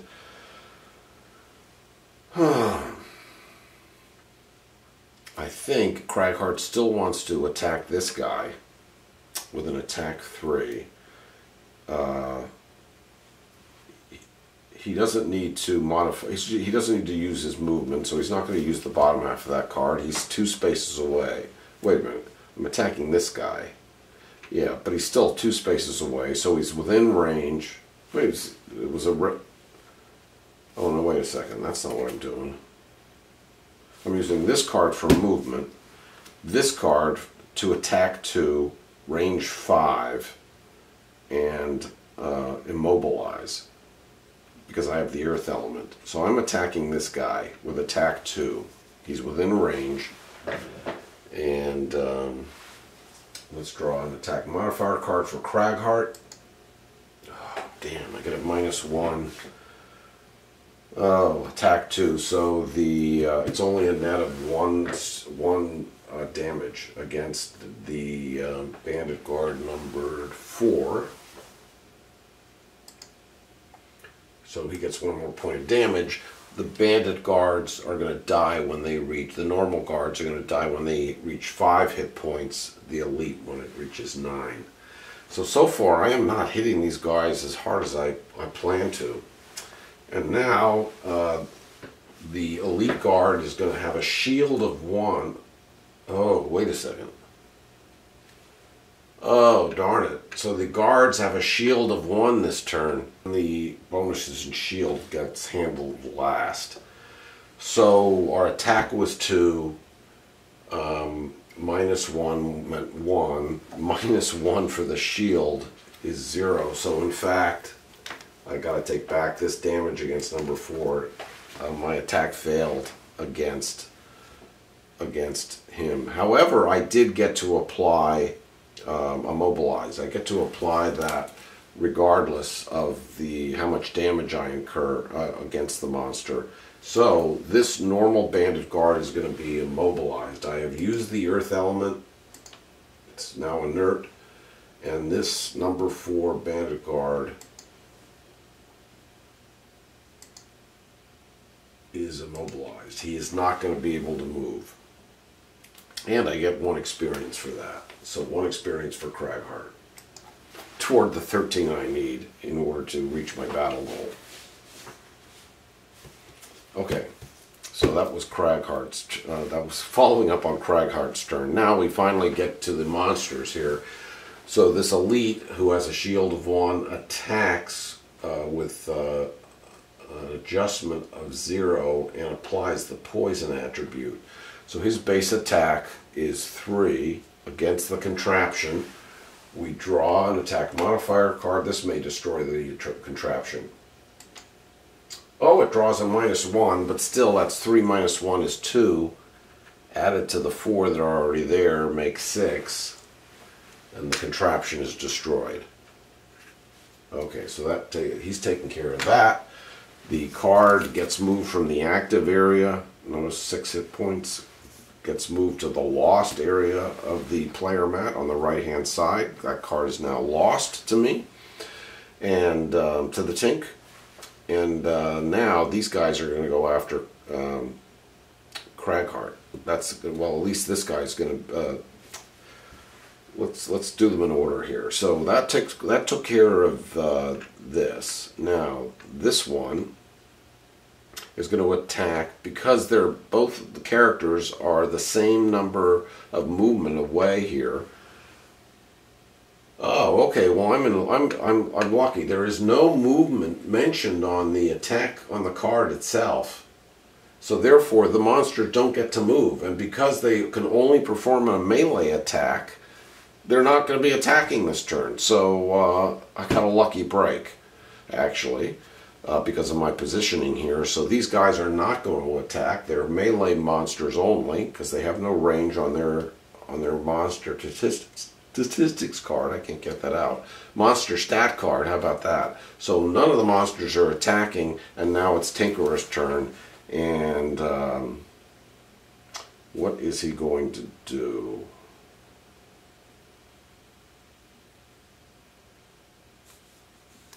He is going to use he's going to still use this to attack both the elite and normal number 3 here on the right. He's going to be able to immobilize them and gain 1 XP for each enemy targeted. Now again, these get applied. He doesn't. This is a range 3, so he doesn't need to use this for movement. I suppose he could have used it for shields, but there was no point. He wasn't attacked this turn. So we can apply the effects right now because the damage level of damage does not impact whether or not these effects get applied. So number 3 and number 5 both are mobilized as well, which means they will not be moving next turn. He is attacking. He's also gaining 1 XP for each one of the targeted characters, targeted monsters, so that's 2 more XP. And he gets an attack of 3. And so first we're going to target the elite, and we're going to draw an attack modifier card for that. And he gets a -2. Damn. Oh man, all the bad cards are coming out. So that's 1 attack strength against the elite bandit guard, so he goes up to 4. And now he's attacking this guy as well because of his attack capabilities, and that's attack strength of 3. He draws another attack modifier card. Oh, he gets a 2x. That's 6 damage. 5 is needed to kill these guys, so this guy dies. That's number 3. And you place a loot token in its place on the map, on the board. So he's dead. He leaves the board, and now anybody who either loots this or ends its movement on that space is going to be able to collect that loot token and collect 2 gold for it. Okay, so that ends Tink's turn. Now Tink used this card for default movement. It gets discarded. He used this card to attack these 2 guys. That gets lost because of that icon, so it goes on the right side of his player mat. In the case of, so what did we do here? We attacked, I should have handled this when I did it. Oh, we did the top half here and the bottom half here for default movement. So both of these cards are simply discarded on the left side of the player mat. And that ends round 2. So now it's round 3 of combat. These guys are immobilized. So I am going to use this arranged attack. Even though it's attack 1, let's get it out now while I can do a ranged and not worry about these guys coming to attack us. So I'm going to use the top half of that card, and I just need a throwaway on the bottom. Put something with reasonable initiative.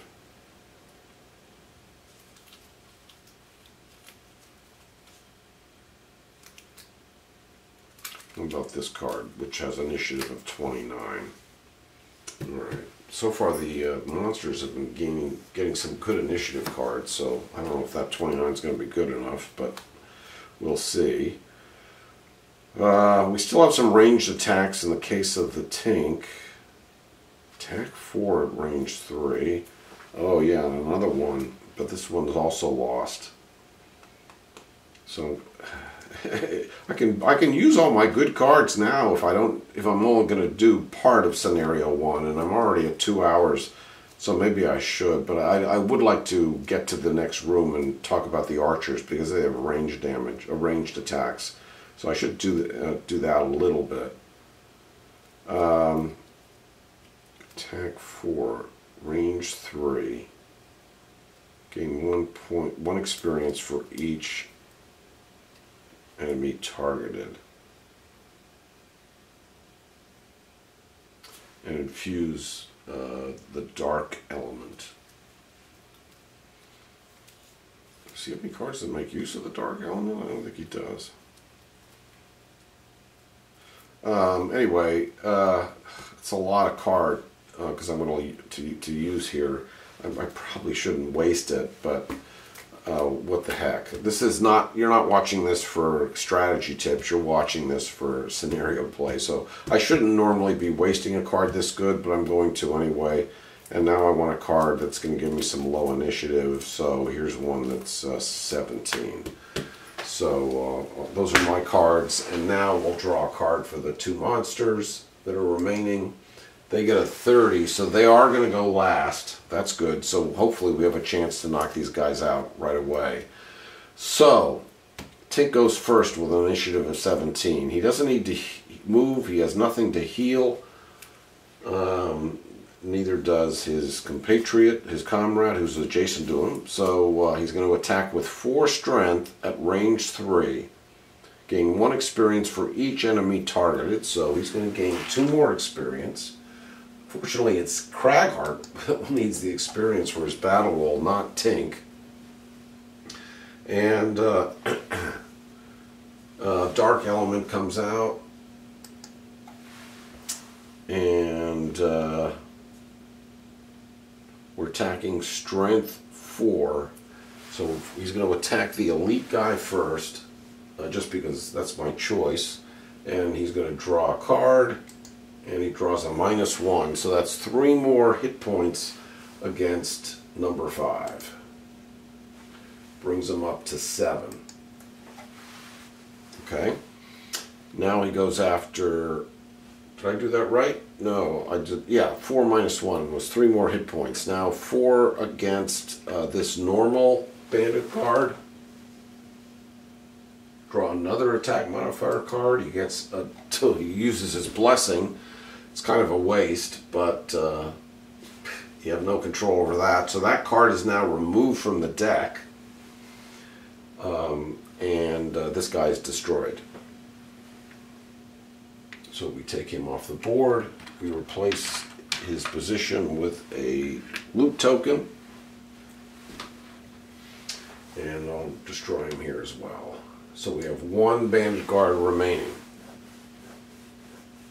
who has 7 hit points against him, 7 of 9.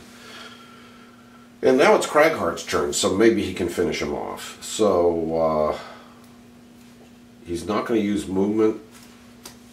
he is going to attack only with 1 strength, so he's going to need a +1 or a 2x in order to finish him off. He's at range 2, he has no earth element, so he can't get the +1 benefit here. But he does, and he can't get the 1 experience either. But he applies muddle. All allies and enemies in the target area are muddled. So that would be, yeah, that's not going to affect the allies. Now, muddle means that if the figure is muddled, it gains disadvantage on all of its attacks. So that's a benefit. Okay, well, let's see what happens first. So we're attacking the elite monster with a strength of 1 at range 2. We draw an attack modifier card for Cragheart. He gets a 2x. Okay, which is good, which is one of those cards that forces a reshuffle of the attack modifier deck at the end of the round. So you'll notice that the checkbox for shuffle here is checked off because it's going to automatically shuffle my cards for me. And he's dead. So again, a loot token comes out. Nice. And we finish these guys off finally. It took 3 rounds to do it. And we end the round. Okay, so now what we have to do is get these guys either to loot or get them up here to get to the door, to open the door and move into the next room. So let's, this card just gets discarded, this card gets discarded. This card, he did use this effect, so it gets lost. Unfortunately, this card gets discarded. So Tink has already lost 3 of his cards. Not good, because your cards are your timer. If you run out of cards, you're exhausted and you can't perform anymore. You're basically removed from the game, from the scenario. So Tink only has 9 cards left. Some in his discard, obviously, some in his hand. But now maybe we can perform... No, that would be kind of a waste. Okay, well, we need to loot. So let's see if first Cragheart... I think he's used in cards to allow him to loot. No, he does have a loot 1. So let's have him... but he doesn't have any movement on top, does he? So that's not going to help, because the loot's on the wrong side. So best we can do is move him, is use this card to move on to one of these spaces to pick up a token.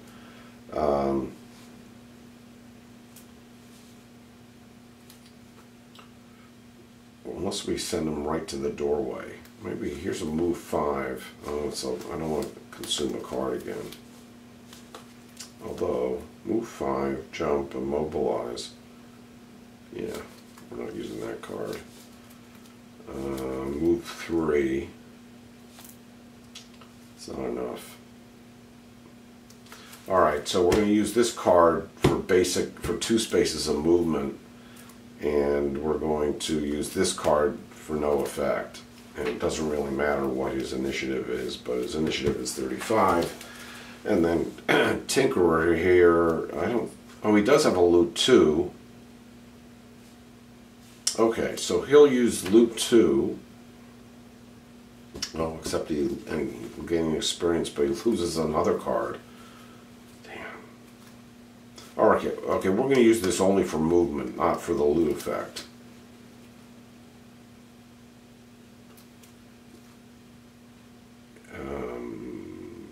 And I'll use this card for no effect. So his initiative is 62. We don't really have to draw monster cards because there are no monsters. So Cragheart goes first. He has, we're using this for basic 2 movement. So 1, 2. He lands on this token.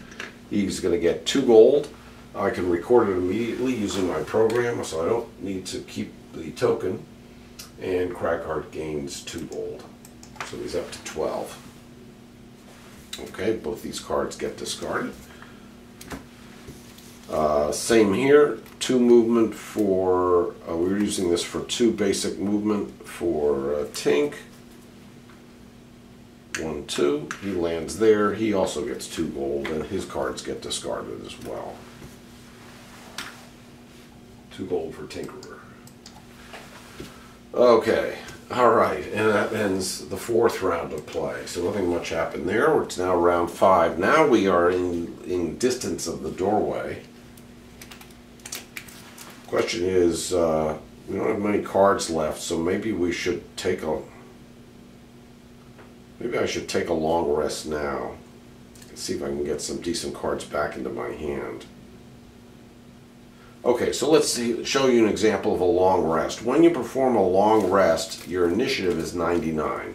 So Cragheart's initiative is going to be 99. He's going to take a long rest.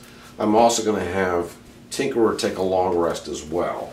So doesn't really matter what order they go in. Cragheart, when you do a long rest, you take all your discarded cards and you get to choose which card you want to use, you want to lose rather. Normally, when you take a short rest to get your cards back, you have to shuffle the deck and randomly choose one to lose. Now, if you don't like that one, you can pay a damage you pay 1 damage in order to try again, to shuffle the deck again and choose a different card to lose. But then you have to, then it sticks. But we're not doing a short rest, we're doing a long rest, in which case we get to choose which one we want to get rid of. And I think I'm going to get rid of this one that says destroy 1 obstacle. And move 5. Yeah, I don't need all that. So I'm going to do that. So that card now is permanently destroyed for Cragheart. Now you also gain, when you perform a long rest, you also gain 2 hit points of health. But he's not damaged, he's not hurt in any way, so he can't allow his hit points to go anywhere above what his maximum hit point value is. So he doesn't get the benefit of the 2 hit points recovered. And then he gets all of the other cards back into his deck. Same for Tinkerer. We're going to take all of his discarded cards, choose one to lose. I think I will choose to lose that one. And he recovers all of his others. So he's got what, 4 cards or so lost, I think. 1, 2, 3, 4, 5, 6 in his hand. 1, 2, 3, 4, 5, 6, 7 in his hand. He's already lost 5 cards. 1, 2, 3, 4. No, the card was stuck to this. Did I use this? I never healed 5. I never moved 6. It was stuck. So he has 4 cards that were lost, and he has 7 cards in his hand. Okay, who's going to open the door? Depends who gets there first. Whoever doesn't get there first is going to have to move into the room and go after these archers. The question is, who's going to get there first? Now let's get rid of the bandit guard. Let's bring in the bandit archer, and let's activate them in my program here. Oh, he killed the elite guy. Okay, he's dead. Now I'll activate the bandit archers, who are in the second room here, but we haven't opened the door yet, so we don't draw a card for them yet. And Cragheart, what are you going to do? You do another ranged attack. Go back here and infuse Earth again.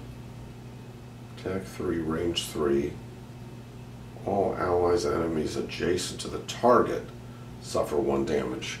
Fortunately, these guys are not adjacent to one another. But I think that's a good combo still for Cragheart. So I'll use that. And then I'll use a card like this for movement. That'll give me 2 spaces of movement. That'll just get him to the door. That means that Tink in order to be effective here, it's going to need 1, 2, 3, 4 spaces of movement to get ahead of Tink, because two characters obviously can't occupy the same hex. He's got to move 6, but he loses it. Here's a move 4 with initiative 20. And do we have another ranged attack? Attack 2 at range 2. Attack 2 at range 3. With the poison again. Attack 3 at range 3. I think I'm going to go with a bigger attack. The banded archers have health of 4. At least these normal guys do. Okay, I think those are going to be my 2 cards. Because I'm not going to finish this. It's going to take, the video is going to take too long. So I've got an initiative of 20 for Tink, initiative of 35 for, oh wait a minute. That's not good. He's going to use initiative of 61 to make sure that Cragheart goes first. Okay, so Cragheart's going to go first. We don't draw a monster card because the monsters aren't revealed yet. So Cragheart's going to do his movement and then do his attack. So here's his base move, default movement of 2 spaces. 1, 2. He opens the door, and immediately we reveal the monsters. If they're not already out, we put them out on the board, and we draw a card for them. So now we need a card for the banded archers. So their initiative is 29, which is lower than Cragheart, but we finish Cragheart's turn before we move on to before we handle the monsters. So Cragheart moves into position, opens the door, attacks range 3. All allies and enemies adjacent, so that's not going to apply. He is going to infuse Earth, so let's get that done before I forget. And he'll attack the guy on the left, which is number... well, we'll attack the guy on the right, which is number 3. Okay, so 3 points of damage. At number 3, he draws a card. Cragheart. Oh, he uses his blessing and he knocks him out. That's 6 points of damage. We only needed 4 to destroy him, so one guy's already dead. And a loot token takes his place. Okay, so that's good. And that takes care of Cragheart. So both his cards get discarded. And now it is not the Tinker's turn, it is the Archer's turn. And I should check that card always first to see if there's any shield. There is no shield, so that guy did die, in fact. But they got immobilized. They've got move 0, attack -1, at range +1, and immobilize. And this is going to force a reshuffling at the end of the round of the monster ability deck, which my program will automatically do. So, the elite goes first. Net movement of 0. Banded Archer's default movement is 2, so this guy is targeting this guy, and he's going 2 spaces toward him. He avoids any obstacles or traps that are in his way. And now his range is +1, so his normal range for the elite is 3. So his range now is 4. So he's 1, 2. He's targeting this Cragheart. So he's not within range. Best he can do is move 2, but he's not within range, so he can't attack, and nor can he immobilize because Cragheart is out of range. Alright, so that's a benefit there. Now this guy, however, is going to have a little bit more luck. His base movement is 2 spaces. We add to that 0. He can move 2 spaces, but he wants to he doesn't want to get adjacent to Cragheart because he's a ranged archer, has a range specified on his monster card. So therefore, he's going to he is within range, so he doesn't really have to move at all. So if he doesn't have to move, I don't think he would move. The monster can move. Okay, it can move up to a number of hexes equal to its base movement and modified. Positive. If a monster has a move but no attack afterwards, it will use its movement to get as close as possible to its focused target, as if it was going to perform a melee attack, moving along the shortest possible path. If a monster can attack after its movement, it will move the least number of hexes possible, as long as it's within range, basically. So he will stay put, and he attacks with -1, and he immobilizes Cragheart. So his base attack strength is 2, so that's 2 minus 1 is 1, and we draw an attack modifier card of +1, so Cragheart takes 2 points of damage, going down to 8, and he's immobilized because of the effect on the monster card. Okay, that ends the monster's turn. Now it's Trink's turn. See if Tink, so he's immobilized. He's not going anywhere. I'm going to get rid of this token because I'm not going to worry about it now. And we're going to have Cragheart see if he can knock this guy out. Of course,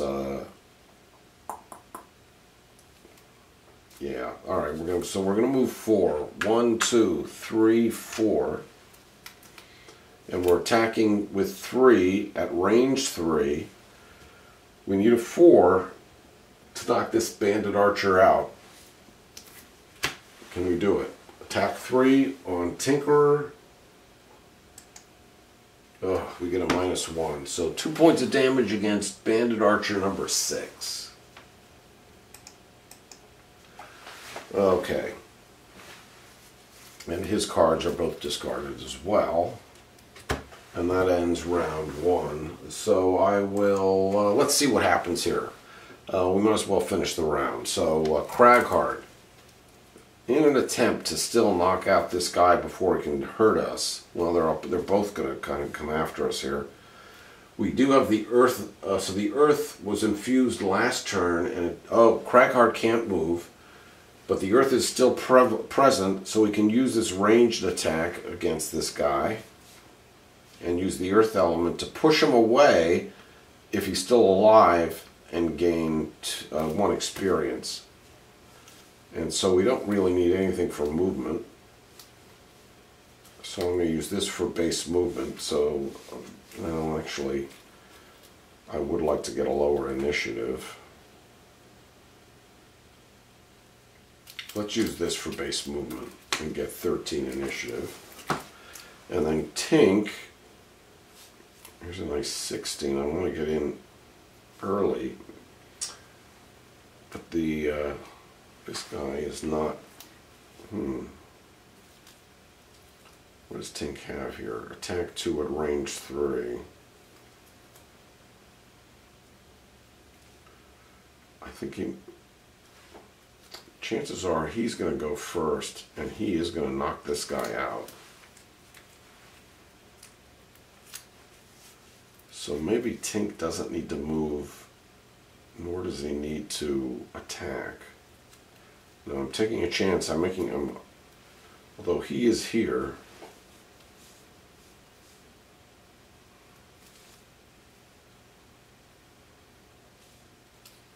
We don't know how close this elite's going to get, if he's going to get any movement in this turn. Maybe I'll use his heal card to heal up Cragheart. Yeah, I'll use that. And I want to save that.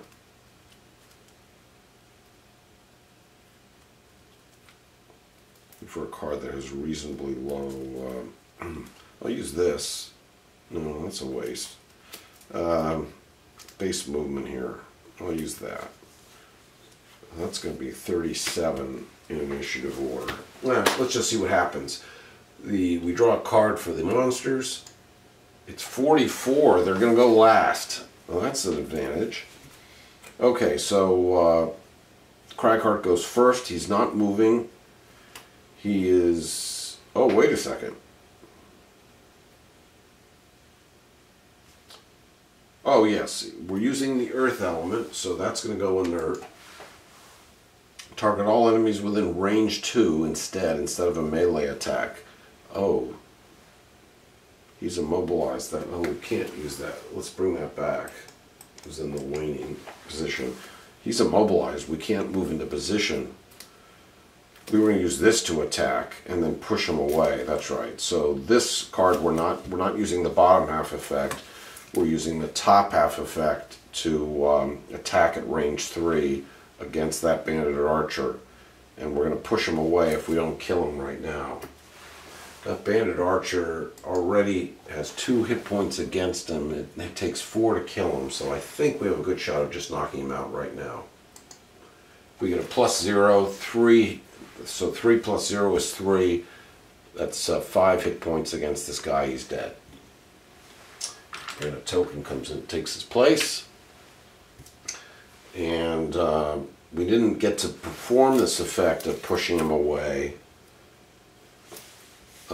because he's no longer exists, so we don't get the experience and we don't get to infuse the earth element. So that's done, and this card is discarded. It is Tink's turn next, so now Tink was planning to do some healing. Okay, well this is nice. Let's shield 1, affect self and all adjacent allies, so both these guys are now have at least a shield on him. Heal 3, so that'll heal Cragheart back up to full health. Okay, and that means heal 1 character, either yourself or somebody within 3 range of you, 3 spaces range, and heal them 3 points. So he chose to heal Cragheart, not himself, obviously, because he's not damaged.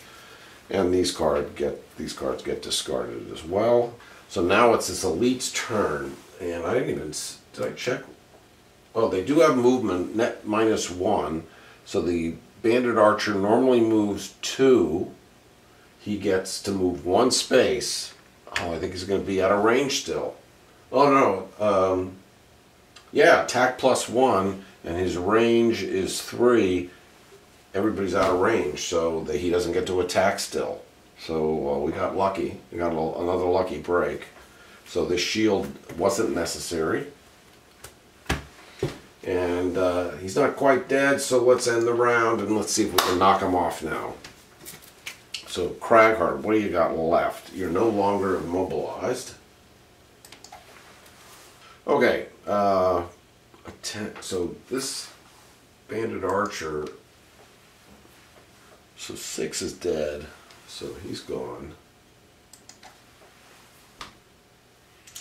So this bandit archer, this elite guy, has hit points of 6. We're not going to be able to knock him off here unless we both hit him hard right away. And since I'm only going to finish, this is probably going to be my last turn, let's hit hard and quick. So we'll use this for base movement of 2. Well, we'll use this for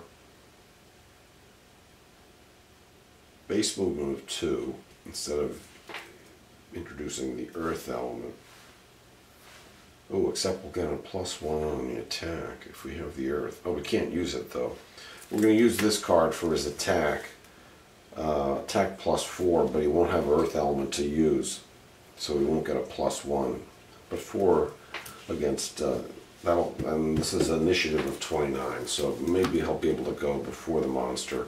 And now Cragheart has attack 2 at range 3.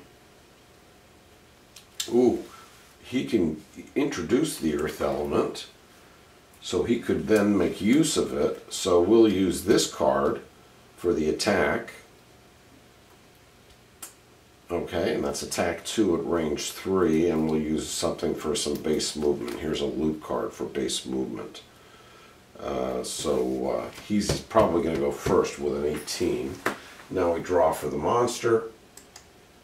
A 68. He's going in initiative. He's going last. And he has no shield. So we don't have to worry about that. So maybe we can knock him out here. Tink goes first. Attack 2. He's going to move first. Default movement. So we just need to get as close as, we just need to move one space. But since he's going to be in range anyway, let's move 2 spaces and grab this loot and get 2 more gold while we're at it. 2 more for Tink. And then we have attack 2, range 3, poison, which means that Craghart's going to get a +1 on his attack strength. And introduce Earth. So let's get that up before I forget. And now attack 2 for Tinkerer. Oh, he gets his blessing. That's 2 times 2 is 4. But it takes 6 to destroy these guys. So that's 4 hit points against the archer, the elite archer, who is number 1. Well done, Tinkerer. Did I do that right? 2. And he's poisoned as well. So when he's poisoned, it means all enemies of that poison figure add +1 to their attacks. So now we have even a better shot for Craghart to finish him off. So he's going to use this card for base movement of 2. Nope, he's going to use this card for base movement of 2.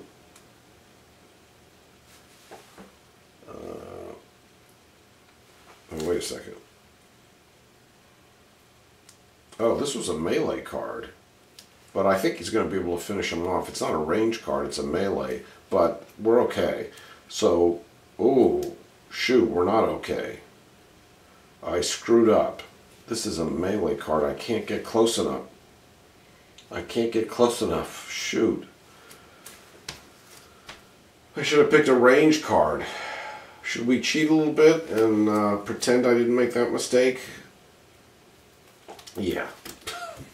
It would not have affected my initiative. It still would have been 29, so no effect there. So instead, I'm going to be attacking at range 5 with attack strength of 2.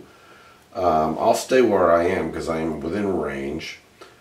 And I get a +1 so from the poison, so it's actually attack 3. And I get to immobilize him using the earth and get an experience. So let me take an experience. Well, wait a minute. First I have to see if I destroy him. So before I can use that, let's perform the attack. So it's attack 2, +1 is 3 for the poison effect. So attack 3, he draws an attack modifier card of +2, that's 5. And the bandit archer is in fact destroyed.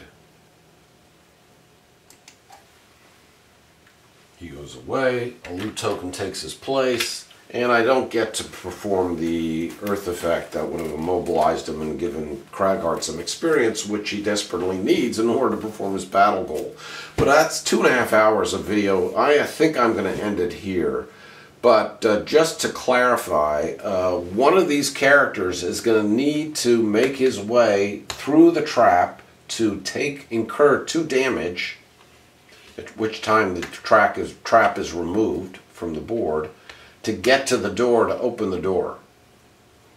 So that whoever does that is going to take on 2 damage, and the trap goes away. So that will mean that the subsequent character who goes will not have to incur any damage, and that probably would be Tinkerer, because remember his battle goal is to be sure his hit points don't fall below 4. We have obstacles here, so remember we can't move through these obstacles, though we can perform ranged attack through these obstacles. Living Bones attacks they only attack melee, they don't attack range, but we do have some archers in the back here who do, of course, as you know, attack at range. So that's that. And then if we were able to destroy all these guys, we'd then use whatever card movement we had left to see if we could pick up some of this loot, and optionally take on this side scenario as well. But I am going to end it there. I think I've covered everything I wanted to cover. I talked about organization, I talked about sleeving, I talked about the counter trays, the GMT counter trays, the tray for the tokens. I think I covered about as much as I wanted to cover here. So I hope some of you found this helpful. Certainly the people who are going to be new to the game, who are contemplating playing solo. But even if you're not, you got some tips, hopefully, about how to organize before you start opening and punching all the massive amount of material that's inside of this box. Thank you all for watching, and see you later. Bye-bye.